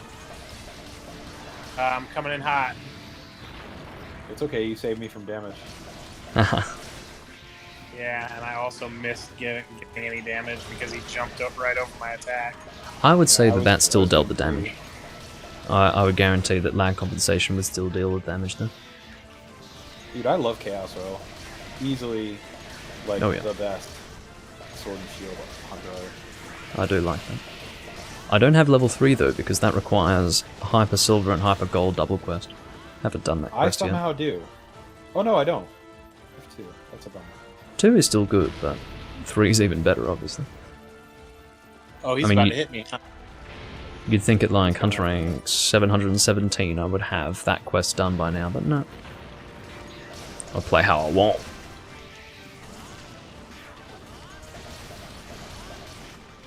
I follow nobody's rules. Oh, I hate the range of that attack. I might actually have enough ammunition for this hunt, which is hilarious, but I guess rapid fire does last a long time. In other words, your ammunition has more mileage.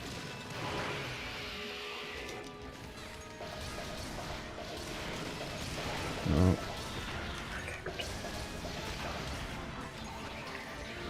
Well, you still got 2 mounts off, Vernon. I think I might have attacking helped right him. now so that I can get my sword dance up. Alright, we're good.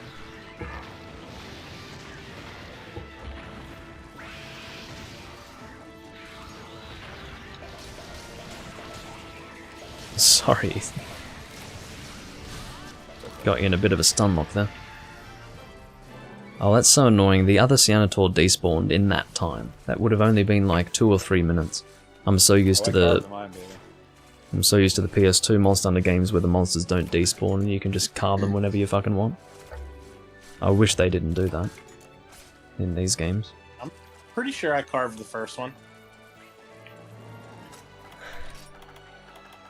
Oh well. I'm a heavy noob carver. Well, it's not something that I would blame you for doing. You're the one who needs the materials at this point. I'd probably be unimpressed if you hadn't noob carved it.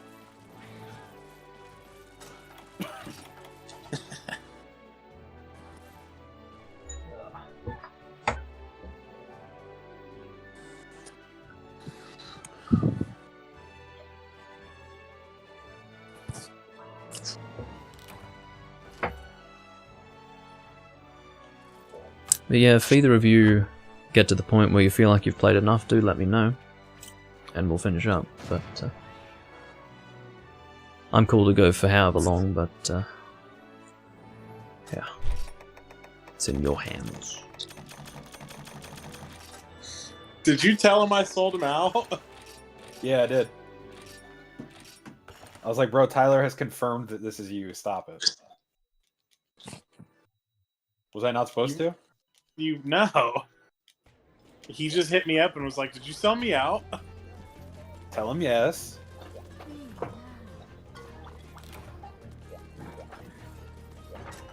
Oh, you suck, bro. You're the snitch. Bro, I shouldn't have fucking told you shit. First of all, who cares? He was the one that was lying. I'm assuming this is related to Bradley? Yeah. He doesn't play video games, does he? What? Does he play video games, really? Like, he doesn't play video games with you guys, I'm guessing? Yeah, no. He has like a level 888 hunter on Generations Ultimate. Yes, I can imagine. He just doesn't play with us. He doesn't do shit, dude. Bradley doesn't play any. The only thing I ever saw him play... He won't besmirch his level 800 with a level 108 and a level 11. No, but he played Need for Speed back in the day. That was it. Right. Oh, I think everyone played Need for Speed back in the PS1 days. I did not. Well, it was a fucking good game. You know, the most interesting story you can ever look into is the development of the first Need for Speed game, whatever it was, 97. Really interesting. Those Japanese guys who made that first Need for Speed game fucking killed themselves making it. Just an amazing story. Well, Need for Speed Underground 2 was probably one of the coolest games ever made. More Rust Razor, I'm guessing? I'm cool with that. Just need to change sets. What we got? Oh, we could do... Would you like to do some Hellblade, Tyler? Or are you very close to having... Oh shit! I didn't go try. Hold on, I gotta. Yeah, see what you got. Because Hellblade's definitely on the table. Vernon needs a bit of Hellblade as well. I almost feel bad for having him do all these hunts that probably aren't helping him. I mean, he seems to be happy to do it, but I'd like to do Hellblade as well if he would get something out of it. I'll do Hellblade. I'm pretty sure my weapon is gonna be useless against him, but I'll do Hellblade. Hmm. Let's see what he's weak to. I think he's weak to water or ice. Let's see. Oh, balls. To fucking type it in. Sorry, bumped the boom stand. It is an ice weakness primarily, it looks like. Yeah, that's looking like ice to me. Secondary water. I don't have an ice sword and shield, so I'm probably going to switch weapons here. Besides Yeah, that, I need to. I have been playing sword and shield the entire time. Maybe I'll run, well, I used to hunt him with Charge Blade back in the drone. Okay, I leveled up everything to level 2, so my whole armor set is now level 2. So you're sitting on 646 defense. That's not too bad. Like, I actually have... I think my sword and shield set has that kind of defense as well. Let me check that. Yeah, it's but about... it's also a lot more maneuverable. The only thing is, I also have heavy... I have heavy guard, too, so... Yeah, that's good. You'll probably notice the guard skills being better because it means that... I mean, you've got a gun lance which is very shield reliant. You'll notice that you can rely a little bit more on your shield now, so... Well, the problem is the way that I've gotten accustomed to playing the gun lance in this game, I almost never shield. I used to be much heavier in shielding, but in this game, I don't shield at all. I don't meet the requirements for this quest. No way. Oh, it's Hunter rank 12. That's crazy. Well, all that means is that he has to go finish some thing that'll break him into G rank. But I think, well, he's in G rank, but I mean that we've only just gotten him to Hunter rank 11. I don't think we've progressed through the key quests of Hunter rank 11. That's crazy. That's fine with me. Let's knock it out. Oh, that's Where balls. is his break where he's going to get all of his experience? Because he's been Hunter rank 11 for a minute. That's 13. So once he completes Hunter rank 12, he'll move into 13, and then that'll break into whatever it would be. Yeah, I'd say he'd probably get to around 60 or something on HR break, maybe even 70. Yeah. But I did check his guild card. He hasn't done that much of Generations. It's not like an incredible amount. What are you talking about? We played Generations almost every night back in the day. Oh no, man. Yeah, we fought a lot of Devil Joes. I've been guild card snooping. You stay the fuck away from my guild card. I won't put it on stream. Give it back. I somehow don't have Tyler's guild card. I only have it because I asked him. I commanded that he gave me his guild card. We need to check out the guild, or rather the key quests, so I'll get them up. I happen to have the decks open, so I will get them up. I don't think you've done any key quests for HR 11 yet. What did you say, Tyler? What?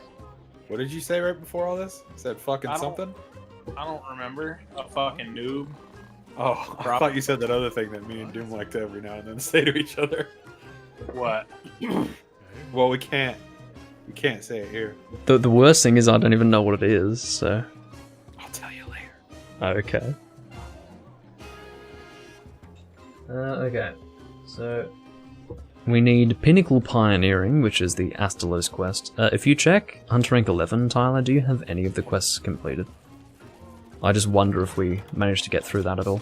It's so funny because the last time we would have gone through his key quests, it would have been on camera. You said Pinnacle Pioneering? That's right. It's Astalos. I would love to fight an Astalos. Dude, I haven't even seen Astalos in so long. Oh, Ethan. Yes, I agree, we can't say that on stream. Oh dear.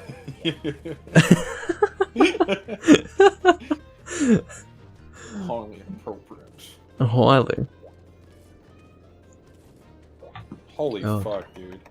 He's played 500 Gunlance quests, 1 sword and shield, and a cat, like 8 cats.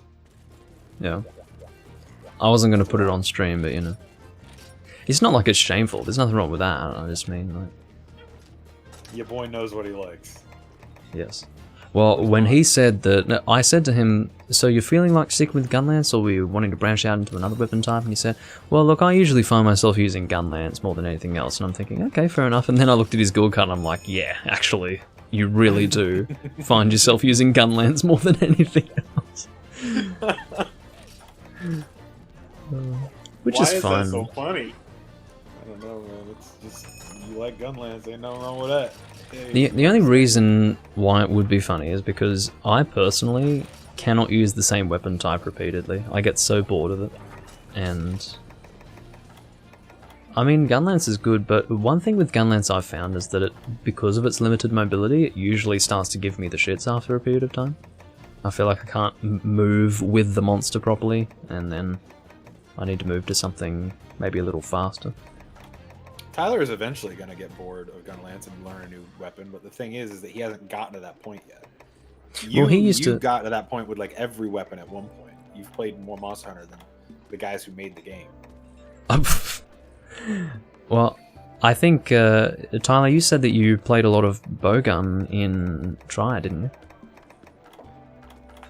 Yes, I played bowgun almost exclusively until... When did you finally convince me? It was like 2 games in that you finally convinced me to pick up Gunlance instead of bowgun, Ethan.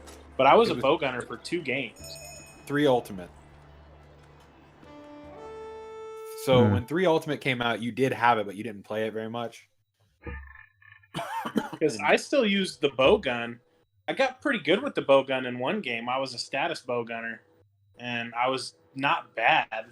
That was I would 3 pretty Ultimate. much stay off to the side and, you know, never really do a whole lot of... I would just cycle between all the different statuses. I would, first I would paralyze the monster, and then I'd put it to sleep, or, you know... Actually, that might have been 4 Ultimate. Did you ever play 4 Ultimate? Dude, you would know better than I would. I have a feeling that it was 4 Ultimate that you played and not 3 Ultimate. That's the feeling I'm getting. Yeah, yeah, we played 4 Ultimate a little bit with Courtney. I'm pretty sure that it was the game that Gore Magala came out in. Right, yeah. So yeah, 4 Ultimate. That's 4 Ultimate. Yeah, so you were a status gunner there, and then I was telling you because I felt like your DPS wasn't contributing as much as you wanted, and I was begging you. I begged you to like try out a new weapon, and I was like, dude, the gun lance is cool. It's like a whole ass gun lance. Like it's both. You can do both. And then you're like, fuck it, I'll try it. And then you actually like stuck with it. And you've been playing it ever since.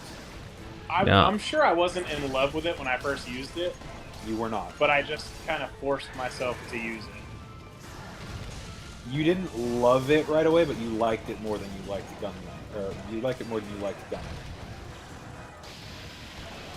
Because you felt like, back in the day, you told me you didn't feel like there was a Blade Master weapon that you could really get down to. Well, I have to say, I was... Played more Monster Hunter, that probably would change. I was quite surprised to see you enjoying second generation Gunlance, Ethan, because I remember you wanted to try out Gunlance, but you didn't expect that you would enjoy it.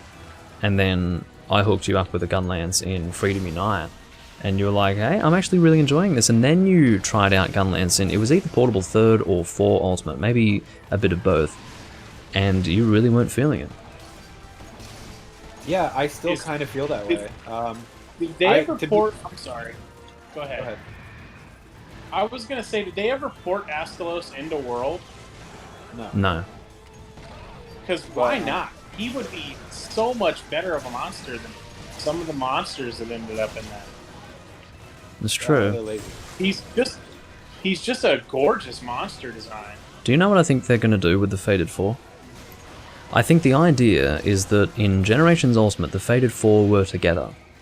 And then they're going to make it so that World has Glavenus, Rise has Mizutsune, the game that comes afterwards will either have Astalos or Gammoth, and then, you know, the one that remains will be the single monster for that game, and then they're going to have them all come together again. Probably at the beginning of 6th gen. Something like that. They're going to make it an event when they come together once more. That's what I think they're going to do with it. And then it's going to be a head nod to all the people who happened to play Generations Ultimate back in the day. Which is what it's going to be by that point. I think they're going to do that with the Fated 4.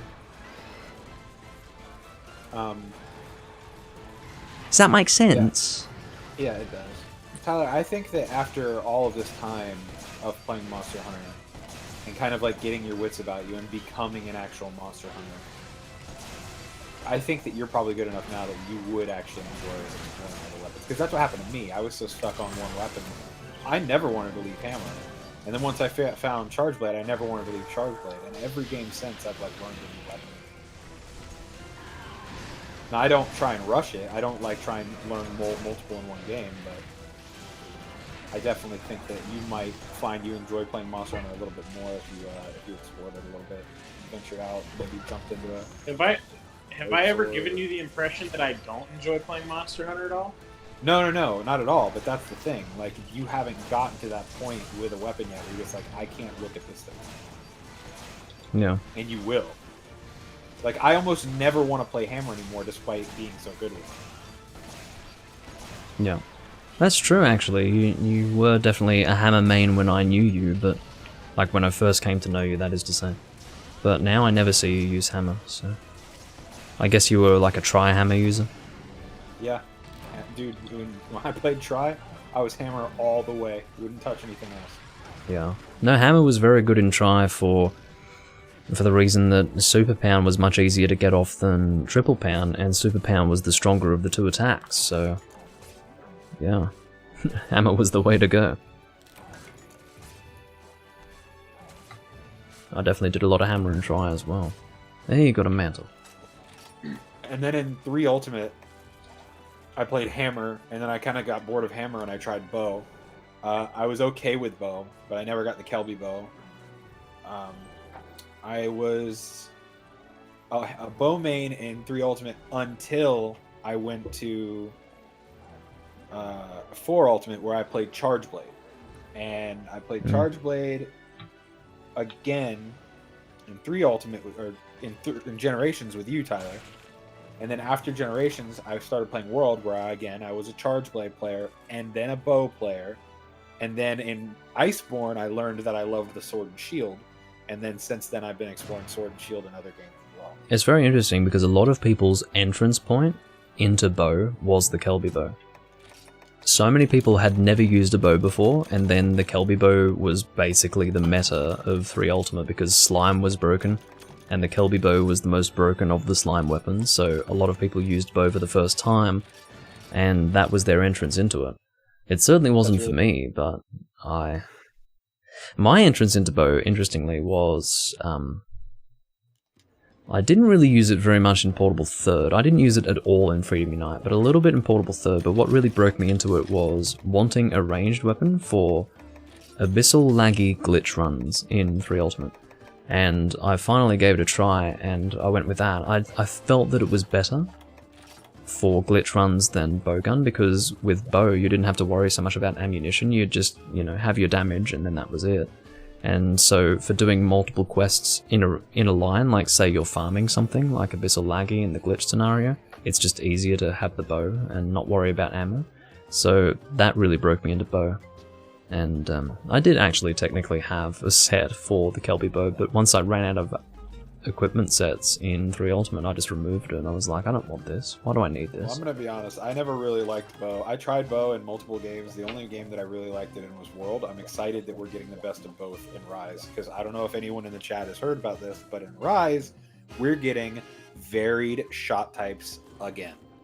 So depending on your bow, you're going to get different shot types. And that's cool because we're going to get that element of bow plus the bow move set that came from World. And that is the coolest thing in my mind.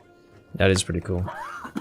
I think that's awesome. I don't know if any of you guys in the chat or any of you guys on the stream know this also. Just another kind of trivia fun fact, but Ethan is not a bow main. Well, I won't be in Rise. In Rise, I'm using Sword and Shield, but my secondary is going to be bow. Because I'm going to be making elemental sets, so... Sorry, I'm sure some of you guys didn't get that. It's a little... That might have been a little inside joke there. I think there have Tyler been likes hints to of bully that. me and tell me I'm not a bow main, even though in Monster Hunter World, I effectively beat the entire game with bow. I beat the entire story with Hunting Horn, which is another weapon I would like to learn how to main. Not in Rise, if they're going to keep it as broken as it is, but... Oh, I hate the way they've done Hunting Horn in Rise. That's just a mess. Who posted a quest? That's me. It will be a key quest for you. It's easier for me to just post the key quest, so then you don't have to find it in your list, you know? Wait, are we going to have to fight Adel? Are we going to have to fight Adelka? Oh, yes, we will. Well, we don't have to, because that's actually the final urgent of Hunt Rank 12. We're only going to get to Hunt Rank 12 here. You know what I really want out of a Monster Hunter game? And it could be the worst Monster Hunter game ever made, and it would still be my favorite entry into the franchise. Is if they would make, like, a mega-sized Devil Joe with a couple of tweaks and made him an Elder Dragon. Like, maybe gave him some tweaks. Like To make Worldy or him Joe, a little but... bit less like just a massive Devil Joe. But making him like an Elder Dragon. You should see the picture. You should see a picture of the what is it called, Doom? Equal dragon weapon. No, yeah. Yeah, that's true. Because that kind of fits the bill of what you're describing perfectly. I'll be back in a moment going to the bathroom. He's taking a poop. He didn't deny it. Hey, it's just like old times, Then Tyler. you're guilty. Me, Yeah, I gotta you, remember how to Lavinus. fight. Well, this isn't Hellblade, but yeah. You'd think that would make it easier, but since he's a G rank. G rank is just slightly faster with more damage.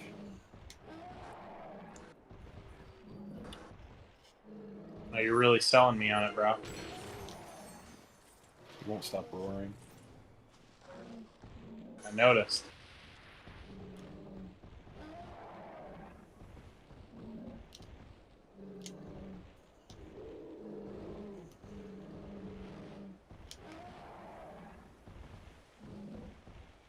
I haven't fought him in a long time. And it's clear. Let's get that tail off of him. Yeah, let's do that. Nice block. Boy, you really tried it. I'll give you that, Glavinus. Not my first rodeo. Oh yeah, I forgot about that move.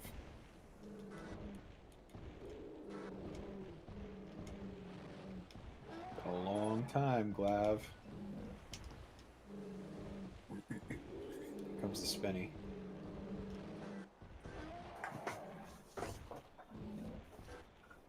Oh, he's pissed at me.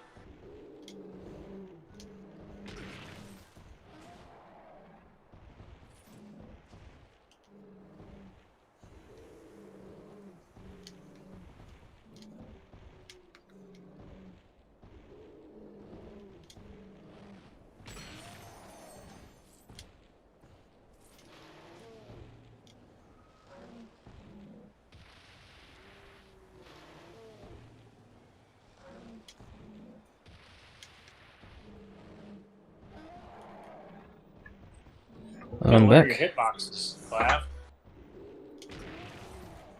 I'm being assaulted by Astalos. Oh, Astalos. Apsaros, actually. It's like Generation 1 all over again.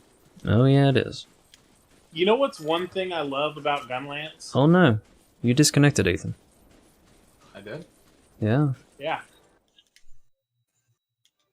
You broke off from the team. That's a shame. That's okay. You know what's one thing I love about Gunlance? What's that? You get to be so close to the monster that sometimes you end up dodging their hitboxes. Like Glavenus specifically, a lot of his attacks, he vaults over me. Yeah. Guess that's true. I should have enough ammunition. I didn't bring water level 1 because this particular gun has so much internal water ammunition. Like there's PS level 2, PS level 1, water level 2, so much. But it should still be enough for 3-man.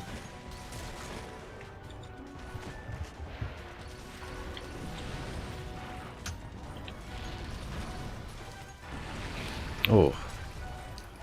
It's like a fucking comet. It is a shame you disconnected, Ethan. Were you able to get back into the room? I haven't tried yet. Well, you probably should, in case someone takes the slot. I don't think anyone would, because most people don't if you're in the middle of a quest, but... it's good to get back in just in case.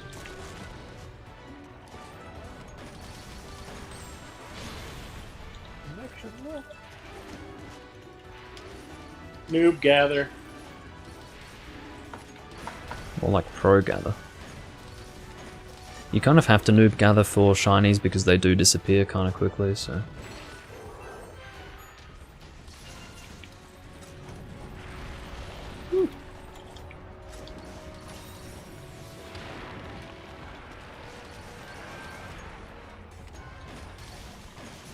Looks like Vernon and I are both going light bowgun, which is cool. He's going raw pierce, and I'm going water pierce. He just went bowgun because he was tired of me fucking blasting him off the monster. Guess that's fair.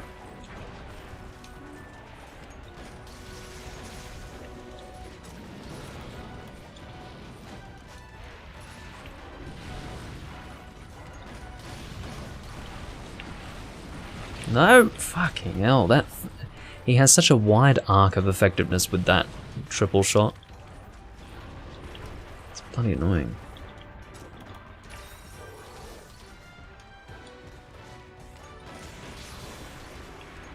Oh, that's why this lasts so long. I get 60 PS water level 1 shots, and they're rapid fire.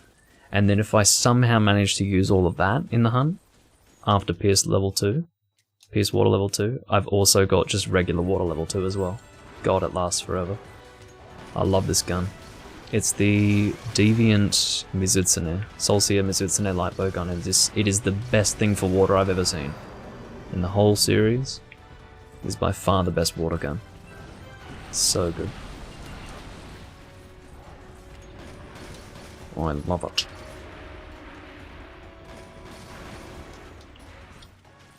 I don't know why he left so quickly. What the hell would have prompted him to do that? Because we knocked him off of his food. Wow. What a sore loser. He only went to that room to eat, and then when we disrupted him, he ran out. Yeah, that's really interesting. I'm surprised he didn't just try and restart his eating animation. I guess because there was no... I guess they only get one chance to do the eating animation on each corpse, and then... then they have to find food elsewhere.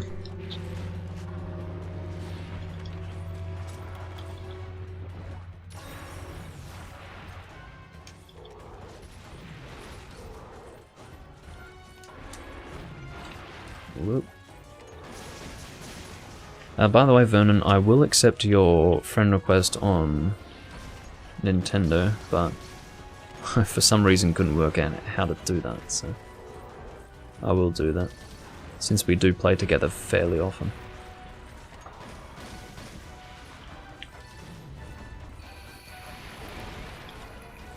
Oh, look at him. Oh, he's tired. Gonna drop a fucking pitfall. Oh no! He got flinched right then and there. That's terrible. That was my opportunity too. Well, can hope and pray. He's gonna fucking leave or something. That is such a pretty gun you got, Doom. Oh, it's so good. I absolutely love elemental gunning in this game. It's probably, you know, a lot of the changes that were made in Generations Ultimate, I'm not a huge fan of them. But elemental gunning in this game is so good because internal ammo is really, really effective. Because it basically, like previously, if you were elemental gunning, you had one choice of ammunition. You had water shots or thunder shots, that sort of thing. One level of shot. In this game, you've got water level 1, water level 2, pierce water level 1, pierce water level 2. Just for water. And if you've got a gun like this, it shoots all of it. So, it's fucking good. It's a gunner's wet dream, quite frankly. So I do enjoy this game for that. Is that why Phoenix kept attacking me? Because I kept knocking him off the monster? Is that why he kept trying to fucking PvP me? Probably, yeah. He's getting his vengeance. But not in such a way as to hamper our efforts in attacking monsters. He does it after the hunt. Well, fair is fair.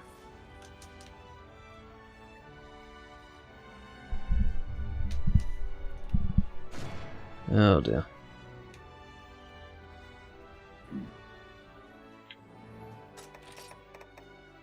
I've actually got a lot of Glavenus materials. I think I've got, like, whatever it is, Pallium. I think I've got 4 Palliums or something like that, because I've just...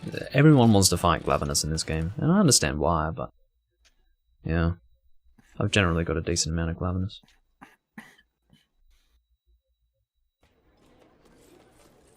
Alright.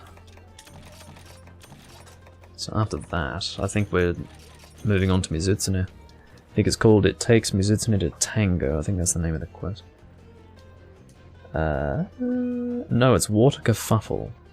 I think that was the Hyper quest that I just named. Possibly. Alright. I'll change to something else. What would be good? I guess Greatsword.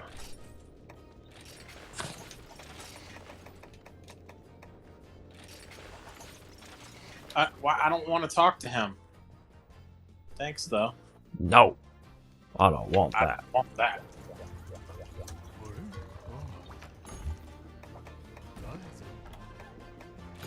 Alrighty.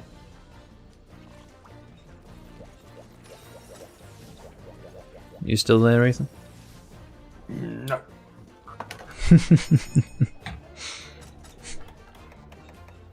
Well, I have my answer. Looks like we're 3-manning again. Oh dear.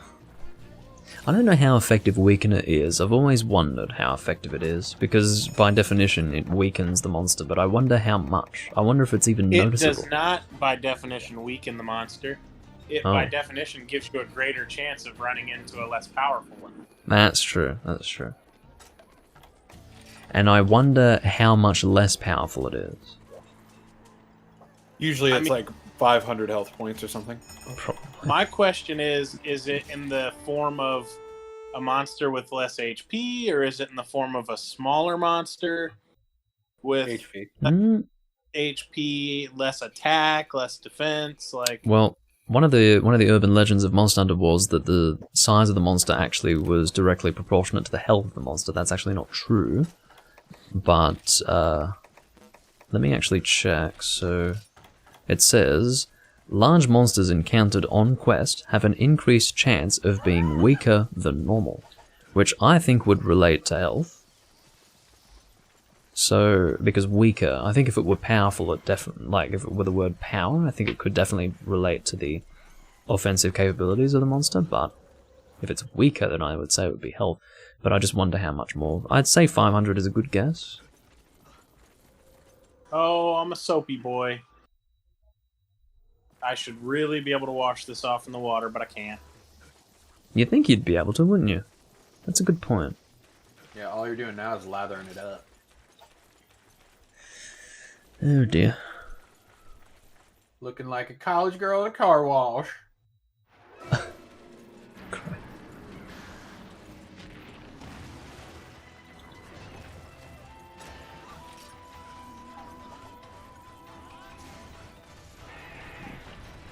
Right, I'll go for those claws just to get good elemental damage. I think this is more of an elemental weapon than a raw weapon, although I can't recall. I think it's like 320 raw, 40 elements, something like that. Let's have a look.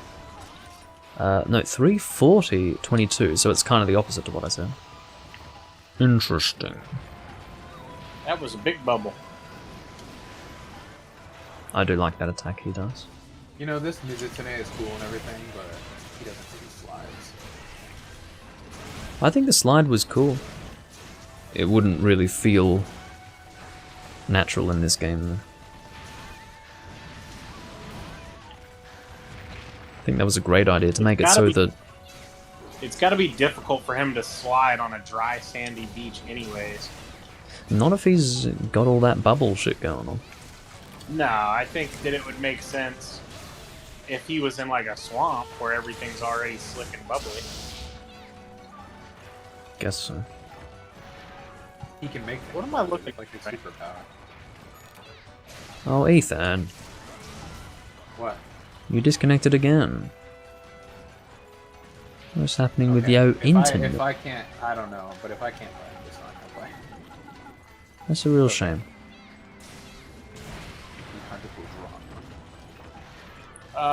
There's a noob carve that I need to go achieve. Go for it. Look at that furry, fuzzy tail. It's definitely furry. I really like what they did with it in Rise 2. It's got a lot of definition to it. I think it's supposed to be like a scrub brush. Yeah, I think so. It's extremely feathered and detailed in Rise. I really like what they did with the tail.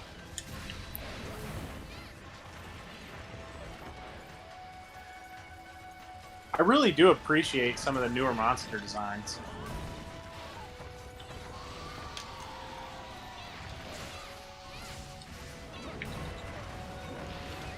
Get ready to die! There were some that I could live without, like the one that's basically just a T-Rex with a cold. And Angina? Oh, Yeah, that his was... mask looked really cool, but just didn't really seem He sucked. cool Like, enough. for a as soon monster. as soon as I played World, I said, okay, this is a discount Glavenus. And it was ironic that they came out with Glavenus in World. I never would have expected that. I always thought that Anjanath was so similar to Glavenus in design that they never would have bothered to come out with Glavenus, and yet they did. Because, you know, you had a Brute Wyvern, T-Rex style, fire element. And what do? They come out with a better version of him in the same game. That's crazy. Anyway. Because if anything, if they're going to put him in the same game, it really makes it blindingly obvious that Anjanath is just a worse version of Glavenus. Right, like, Well, they were trying to make the monsters look more natural and shit, which is, you know, whatever. did they occur in the same environments? I actually don't know. I mean, was Glavenus primarily Volcano in World? Because Volcano and Desert, as we just saw. But I would really like to see an Apex Predator fight between the two of them. Which, of course, we all know who would win. No, of course, yeah. Glavenus would slice off Anjanath's fucking head with his tail. Right. Glavenus has that giant tail, which it can sharpen with its flint teeth. And he can even stab Anjanath, you know. Like they're getting into a normal fight and then that big tail wraps around and stabs him in the back or something. That would be great. You know, considering the fact that his teeth are basically whetstones for his tail, I almost feel like you should get increased weapon sharpness whenever you attack Glavenus' face. That's not a bad idea. Like, if you bounce Glavenus's face, you should get increased sharpness. Makes sense to me. I guess you could argue that you wouldn't always drag the weapon between the teeth every time you attacked the head, but I think it would be an interesting game mechanic. Right, but there could be like, you know, like that's why when it bounces, it sharpens, not like every time you hit it. If you hit the tail, it bounces, and it just... If you hit the tail, it should bounce, and it should, you know, dull your blade. But if you hit the face and you bounce, then it should give you increased sharpness. If you hit the face and you don't bounce, then it shouldn't do anything. Yeah, because that would be recognized as more of a skull impact kind of thing. Yeah. Yeah, that makes sense. Oh dear.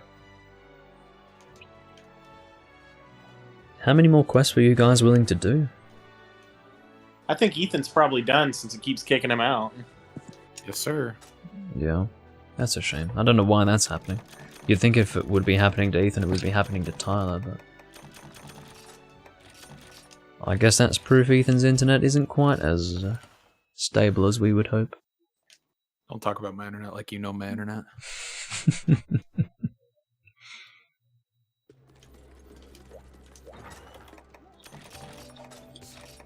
I guess I don't know your internet.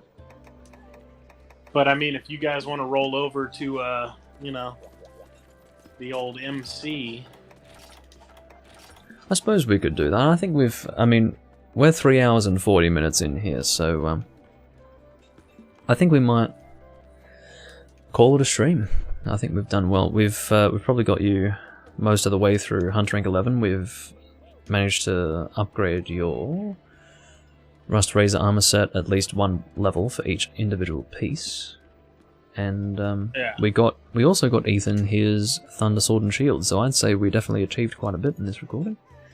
Thanks for everyone who's joined for the stream, and of course thank you Vernon for joining us for the hunts. Hope you enjoyed yourself. I definitely appreciate you I appreciate having you here. But yeah, I don't know when I'll do this again. Hopefully soon. I mean, the more often we can do a group hunt like this, the better, because I always prefer to play Generations Ultimate with a group. If I'm by myself, I end up turning into a negative Nancy of sorts, so I'd rather avoid that. But yeah, thanks for watching everyone, and I'll see you next time I'm live in Monsanto or anything else of mine that you'd like to watch. Bye bye.